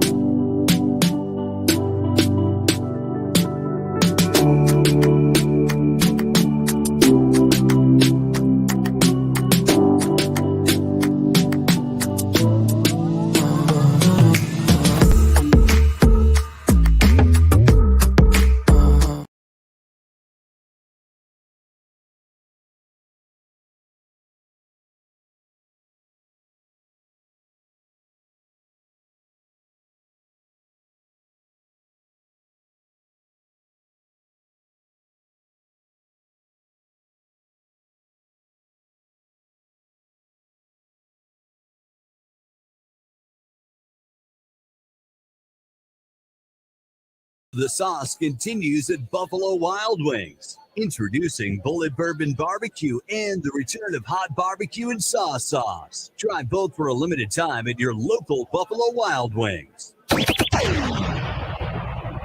Broadcasting sponsored by Parrish Devon Injury Lawyer. Visit pepperwinds.com. This is WWLS The Village, Oklahoma City, your home of the Oklahoma City Thunder, the Sports Animal, a Cumulus station. This hour is sponsored by QC Kinetics. Finally, pain relief without surgery or steroids. Call 405-289-9662. 50 years of Coach Switzer in honor of the King on WWLS, the Sports Animal. It's time to go inside the stats, inside the game, inside the mind of Al Eschbach. Can anybody hear me? Yes, it's Inside Sports on 90. Okay, you guys are up. WWLS, the Sports Animal. King Barry Switzer, and sitting right next to me now, we got some three pretty good players. Thomas Slott, Jamel Holloway, two great wishbone quarterbacks. My favorite running back at OU of all time, Joe Washington. And I want you guys to talk. I'll start with you, Thomas Goodson. Give me your favorite Barry Switzer story. Wow, there's so many of them. It's hard to pick one out. I was so fortunate. I was on a team. We did a lot of winning, and there were a lot of great situations that Coach Switzer put us into. So I remember all the bad stuff, but I don't remember so many of the great ones because there were so many of them, you know. I will tell you this. This was probably my best moment with him is he came to visit. Wendell Mosley, I had met him, and he had offered me a scholarship earlier that year, and I just wasn't quite ready for it. I didn't want to commit at that moment. Coach Switzer comes to my house. We had barbecue. and we were at the table. It was a group of us, friends, family members, and some of us were going to eat some of the family members' friends were going to eat in our den on the floor, and Coach Switzer just said, hey, I'm going to come in here and eat with them. So that made a great influence on me, just knowing who he was. He just sat there on the floor like he had been there before and ate barbecue with the rest of us. Jamel, you're out in Benny High School, out in the L.A. area, man. You know, my story is again recruiting. He came to my mom's house, and you know, everybody at that time, everybody mama had the plastic on the furniture, and yeah, you know, and, yeah, I do know, and the white floor. But he walks in. I said, "Coach, you tired?" And he's like, "Yeah, I've been on the plane all this time."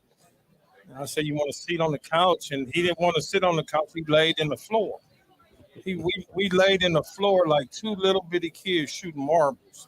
And I sit there and said, if he's that comfortable already, I like this coach. And that was one of the reasons. Within 5 minutes of me meeting him, I knew that I wanted to go to OU because of what he did coming into my mom's house and because of these two gentlemen that are sitting next to me. Joe wore the silver shoes, and I said, it must be a cool coach to let you wear silver shoes. And then Thomas, it must be a cool ass coach too, because Thomas got to wear his bandana. And growing up as a little kid, these are just little bitty things that we looked at. And I was like, if I ever had the opportunity to go there, I'm going. And everything else is history. Joe Washington, you played up 50 years ago with them, took the Baylor and USC. That punt return, probably more YouTube hits probably ever if they go for a touchdown. But what you remember Barry Switzer first? Well, you know what? I didn't meet him at all during my recruiting period. You know, he was the assistant head coach, but he actually had nothing to do with me coming to the University of Oklahoma. But you can rest assured that once I got there, he had everything to do with my development, you know, my action, my play. I mean, you know, the whole shebang. You know, he made Joe Washington, but Joe Washington.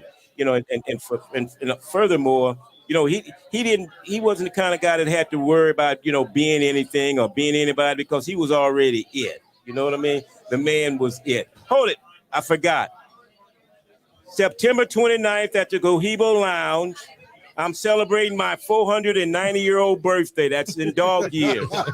So that's 7-0. Cohiba Lounge.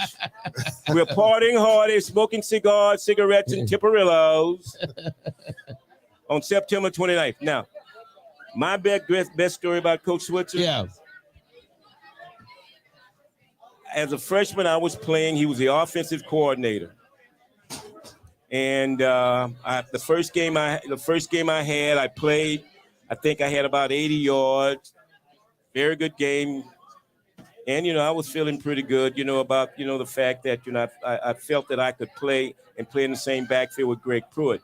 So we're at practice that Monday evening. And Coach Fairbanks comes over to me and say, "Little Joe, come here.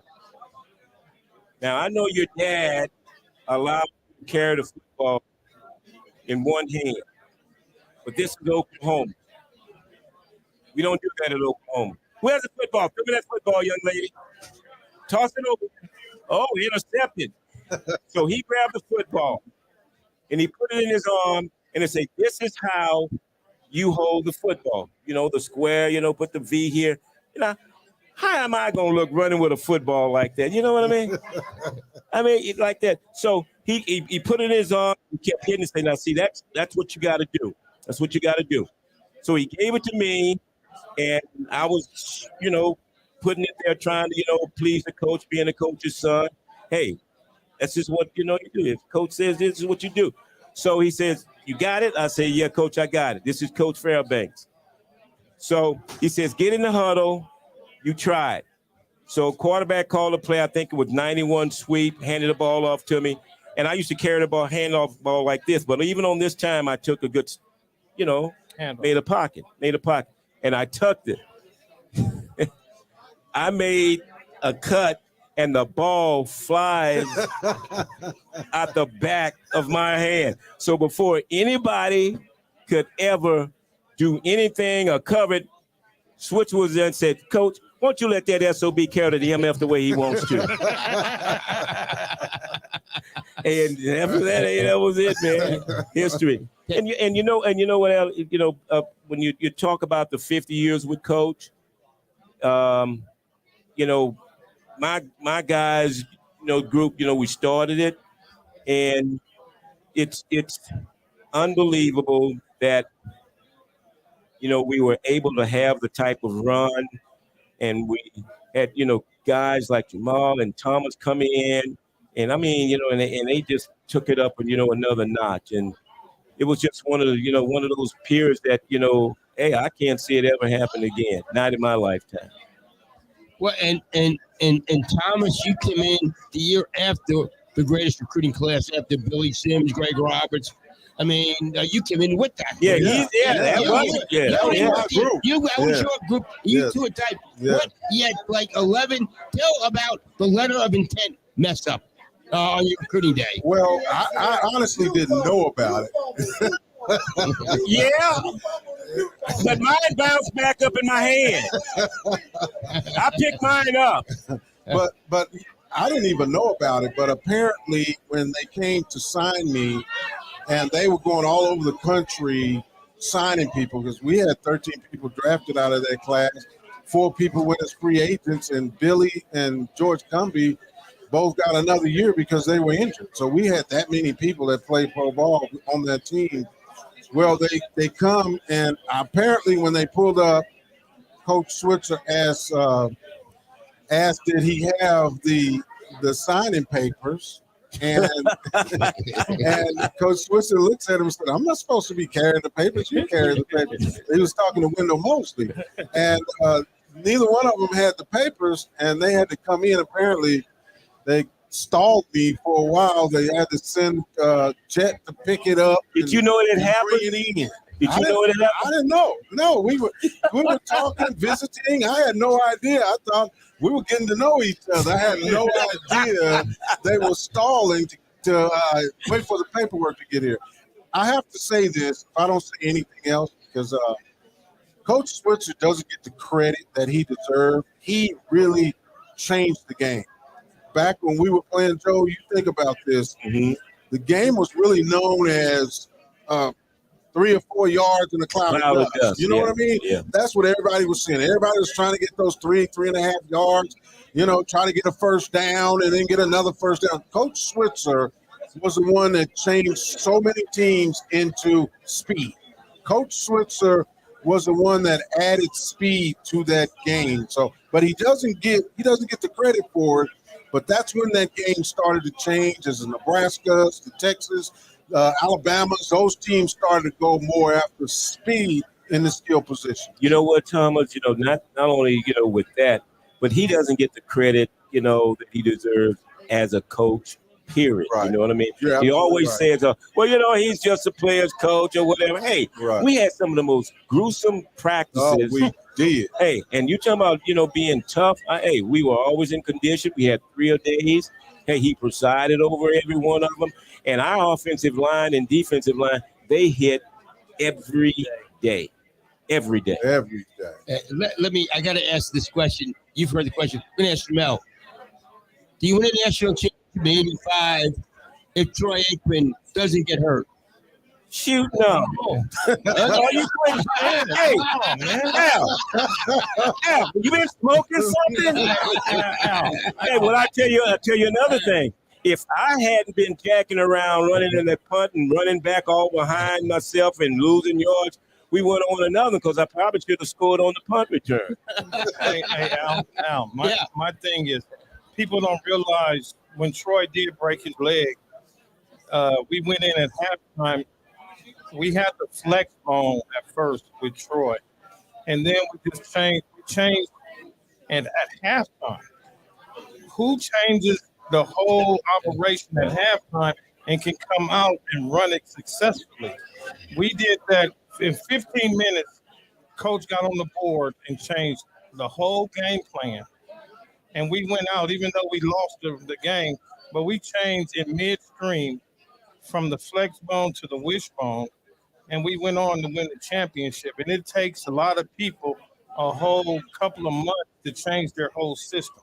But that's just how smart and how good Coach Switzer was back then to be able to change it in midstream. Did Joe and Thomas, you get hurt, Coach, like you know that?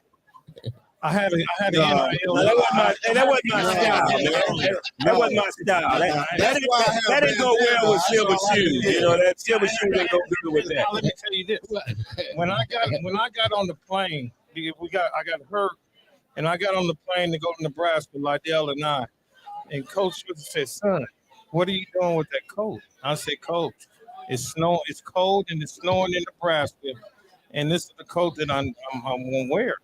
And he's like, "Get on the back of the damn bus. Just go on." I mean, because the NCAA gonna be looking at us. Who wears the fur coat? But I knew it was national TV too, though. Bob Wellman. Okay, yeah, hey, that's right, Bob Wellman, Furrier at his best. Yeah. Rest in peace.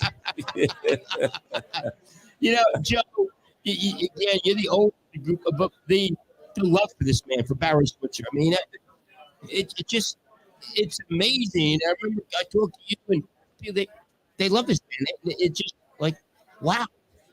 Well, you know, I've always said, you know, for the most part, you know, coaches. Well, let's put it like this: we are all coaches' kids. Yep. Basically, we're his kids. We're his children, and we're all vying for the attention of our father. Who's our leader? You know, whose name he knows, every one of them in here. And, you know, he's that kind of person, you know. And I always wondered, you know, what made him the person he is today. And then when I read his book, you know, and found out, you know, how giving his father was and how well-read his mom was. You know, Coach was an English major. And what folks don't understand, the guy had a high IQ. He's smart. You know, he ain't just one of those coaches that just draws X's and O's or anything, man. You know, he's an actual, you know, intelligent being. And I want to ask all three, because I remember, Thomas, when you were being recruited, always heard the black athlete go then. No, at Texas, no. This is where Barry Switzer, the doors, for a black quarterback to wear a bandana again, is just, are you kidding me? Go ahead. Well, you're right, Al. There was only 4 black quarterbacks in the whole country at that time. And trust me, I was being told I was never going to play quarterback. For me, I didn't really care. I was all conference corner. I played running back. I played wide receiver. I could have played anywhere, but they recruited me to run the wishbone. And the wishbone was something that I still feel like it was made for me. It was like my baby, and I wanted the whole world to see how beautiful my baby was. That's right. And that's how it was every week. But Coach Switzer he didn't care. He was going to play the best person. He didn't care where you came from. He didn't care what you did. He just wanted you to come, and he wanted you to work hard. All of us worked hard. All of us did. Joe's correct. I don't care if it was me, it was Joe, or Jamel, it doesn't care who you were, Billy. I don't care. You were going to work hard. And there were times when he started to practice over again. Those were words I hated to hear. Yeah, we're going to period 1. You know, I hated to hear that. But it made us better that we learned how to work. I mean, we definitely got better. But he always used to emphasize to us, I want you to go out in society and be good men and contribute to society. He used to tell us that all the time. Yeah. All the time. Good citizens. Yeah. Wanted us to be good citizens. That was his word right there. So how could you not love someone like that? Pretty great, Andrew Bell. You know, Coach is my thing is a friend, father, then a coach. He's always been there for me, for all his players, on the drop of a dime. If you call whatever you need, let's get it done. That's what I always respected about the man and still do. And his door is always open. And I really don't understand how he can remember everybody's name, everybody's mama's name. Yes. I mean, from way I back. can't remember my name. And I mean, you know, and it's just he's a special human being, and I'm just glad to be a part of the OU family and to be here. I second that. Yeah, amen. Hey, Joe. Hey, thanks, guys. I appreciate it here. Okay, In honor of Barry Switzer, thanks, guys. Thanks We for got having Eddie us. Hinton, George Cubby coming up. We have to do this. Oh, yeah. Mark my 50 my years. 29th Sucker Dome again. All right.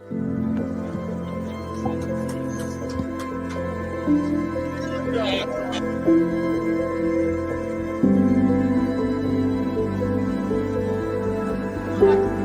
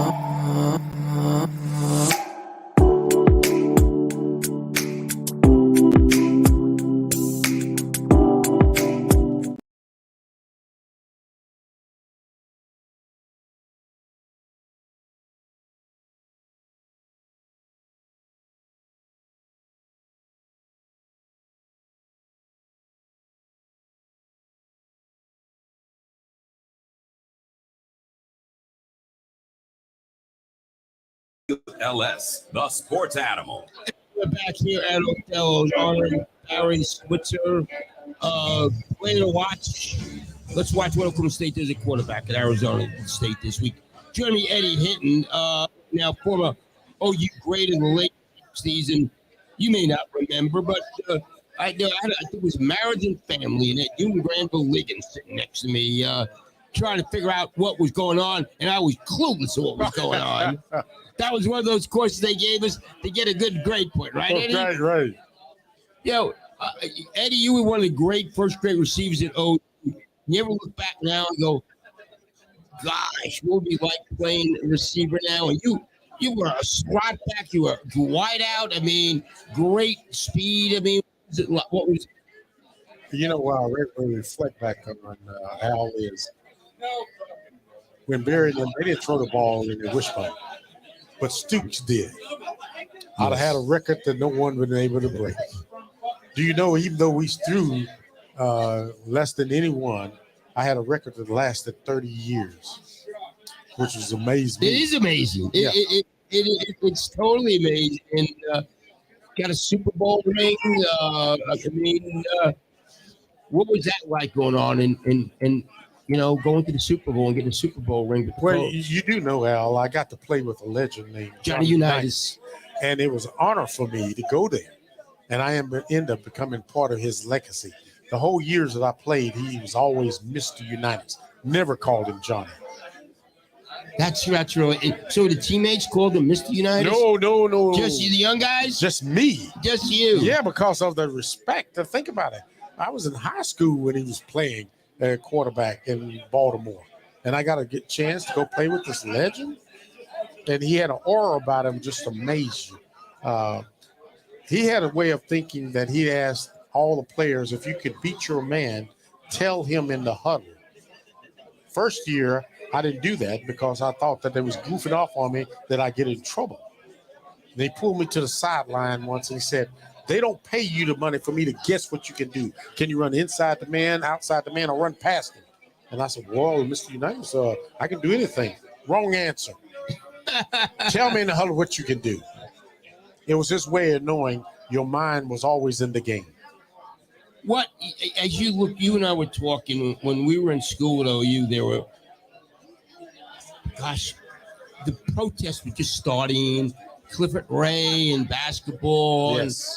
And I knew those guys. I was sports at the school paper when he was at OU. And the times were changing. In comes Chuck Fairbanks. Yes. And he... Wait. Jim McKenzie. Then McKenzie comes in. And then he brings a great staff. That's correct. With Fairbanks, Homer Rice, Barry Switzer, Galen Hall. Yes. Unbelievable. What was it like then when you saw these young guns as assistants? Well, my freshman year, I'm trying to think, Gomer Jones was a head coach. Yes, in 60. And OU has had a tradition of winning. They didn't win with Gomer Jones. I was thinking of leaving Oklahoma after my freshman year until I heard this new coaching staff was coming in with Jim McKenzie. And, he came from Alabama with Bear Bryant. And the first thing he said, I don't care who's a freshman, who's on the varsity, who's starting, everybody's going to start from the same line. That talk about winnership for me. He also mentioned, before you can start winning and be a champion, you got to learn how to live like one.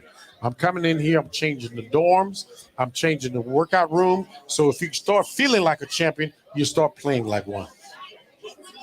Let me ask you, when there were so few black players on the team at that time, I got to know Ben Hart really well. Ben Hart came in when I came in. I got to know Granville really, really well. Just a great dude. There were so few. What was there talk? What's going on here? Why aren't there more black players? Al, you have to be really focused. Where I came from down in Lawton is I was the only black on the team and running back. Okay. So my focus was to come here and get a degree and finish in 4 years and to go play pro ball. They did have a boycott. I think it was my sophomore, junior year about I was trying to think what it was about respect. Blacks wouldn't get enough to say. And I just thought that if you bust your behind, you can make it. And you got to learn the game. And all I could think of was I was going to the next level. I didn't have to get a chance to get caught up on who was who and why they weren't playing. My focus was me getting to the next level. But then when I look back, when Barry takes over and I see an OU team and you have majority of the team was black, I was amazed to see that. Well, and we just saw Thomas Lott, a black quarterback wearing a bandana. That's exactly right. Yeah, they had flair. And you remember Joe Washington come along, he got the silver shoes. And then Pruitt comes along, he's got a name, Do It Pruitt. So they gave them personality and flair that I'd never seen before. What was your thoughts of a Barry Switzer as a young Barry Switzer when Barry Switzer first came here as an assistant? Until lately, I didn't realize Barry is only 10 years older than me. So at that time, he was kind of like a father figure I could talk to. But, Barry and I got similar backgrounds that I didn't know about him until his book came out later in years. As this wine bottle sits in front of us, Barry's dad was a bootlegger. My mother and grandfather and grandmother was bootleggers in Lawton. He knew that, and I didn't know that about him. That's unbelievable. Could you tell then that he was going to be something special? Yes, he had the ability to take you as a player to another level. See, I never felt that I needed to be motivated. And Barry proved me wrong. For instance, we were getting ready to play Missouri. Missouri Tigers, and that Saturday, we was coming down the ramp. And Barry comes right next to me, and he said, Eddie, we're playing Missouri today. And I looked at him like, I know, Coach. We've been practicing all week. He said, they got a defensive back who's an All-American. His name is Roger Worley. Yeah, I'm aware of him. Barry says he wears number 22. He said, guess what, Eddie? He's going to kick your butt today. I went berserk. I'm like, what? You think somebody going to? So every time I get the ball, I was screaming to holler his name. And he looked at me like I was crazy. Even when I line up, I would call his name, Roger, I'm coming. That year, they used to pick the top athletes out of college to play against a team who played in the Super Bowl up in Chicago. Him and I was on the same team up in Chicago. So they told a lot of defensive backs, get in front of receivers and give them the look they're going to get when they play against the pros. Step about 2 or 3 yards in front of them. Roger would never. He would stay 8 to 9 yards back. He kept shaking his head. No, I don't. They said, no, give Hinton the same look that you're going to get. No, I'm not. And I realized he'd think I was crazy. So I went over to him. I said, Roger, this is what happened. My coach got me so hyped. I'm not crazy. Just give me a look. He said, I'll play back here. He's in the Hall of Fame now. He played with St. Louis. Had a pretty good wide receiver named Mel Gray also. Yes, he did. Yes. What was it like, you guys? The 60s were not good until, Bud leaves last year in 63. Gomez there 2 years. McKenzie comes in. Chuck takes over. And you play in the Rose Bowl. The Orange Bowl. You play in Tennessee. Right. I remember the game here in Norman. Warmack hit Zabel with the pass that wins the game. Right. There. And you guys really, that was the start of something special again. That's correct. Well, that year that we went to Orange Bowl, we only lost one game. That was against Texas. And you would have won. If you had a field goal, you beat them. That's correct. We beat Tennessee with a field goal. Yeah. But the following year, we lost in the Blue Bonnet Bowl. That's right. Yeah. To SMU, who's going to be here, and they kicked the field goal and beat us. But it was the start of the black athlete. That is correct. Yes. It was totally different. It was like a birth of OU football that people, and Chuck Fairbanks in OU football history doesn't get enough credit of being what he did. And Barry would be the first to tell you that when he left Barry when he went to Patriots. That's correct. And as you look back at OU football now. What it's like, and the campus. What do you come back here and you go, huh? Really? You lived in Washington House, was where the Heisman Park is now and everything, and so different, huh? The stadium. Al, it's almost like a fantasy. Did I come here and finish in 4 years? Did I play on this magnificent school and play with this team of red and white? I know you don't know the story, but when I left Lawton, I came to visit OU and I came and went to Oklahoma State. This is a story. You had to earn the respect to be a Sooner. I didn't know that.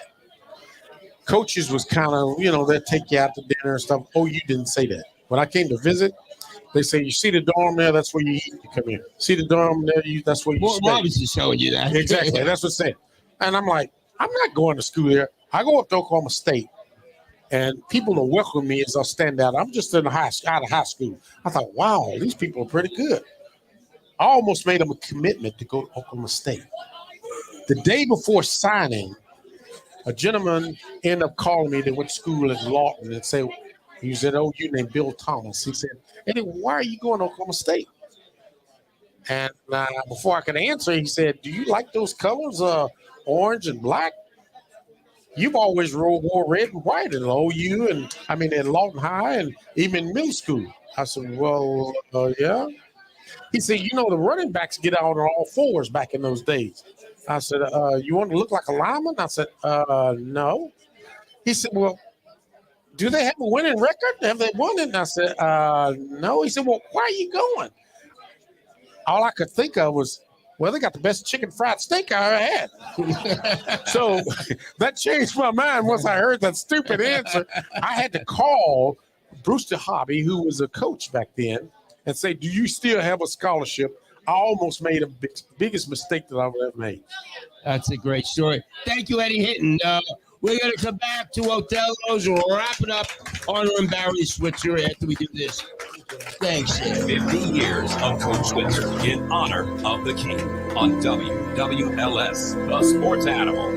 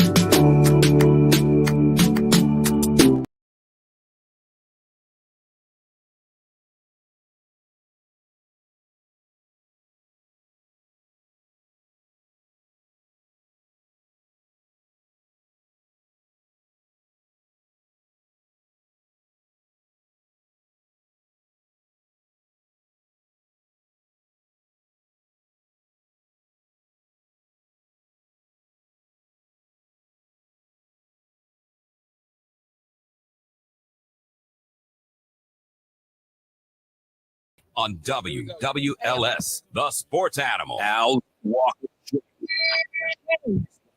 Othello's family of restaurants in downtown Edmond and on Campus Corner in Norman. It's the Walk of Okay, you're up. On WWLS The Sports Animal. And since we're not going to do the Walk of Shame tonight for Othello, this was such a great event, Jennifer Weiss, Jen, that we're not going to do. This was an incredible event, and want to thank you and your people, your family that helped get this thing done. Thanks, Al. It was a lot of fun. It was great to see all the players and coaches and everyone who came out from Oklahoma City and Norman and everywhere. It's great. Okay, you got stuff to give away. What you drawing for stuff? What are you giving away? Okay, the first thing we're going to give away that you have to be present in is a pair of OU Texas tickets brought to you by who is it? By Othello Special, and it's a Friday night stay in Dallas. So if you're here, come up here. If you're not, we're going to redraw. Okay? Go ahead. Huh? No. Yeah, go ahead. Paul Bartos. Paul Bartos, are you here? From Ardmore, Oklahoma. Going once. Paul Bartos, are you here? Paul Bartos here or not? They're screaming. We'll see. All right, 5, 4, 3, 2, 1. Go ahead. Sarah Sanger from Norman, Oklahoma. Sarah Sanger. Sarah here? She left. Mark Bright.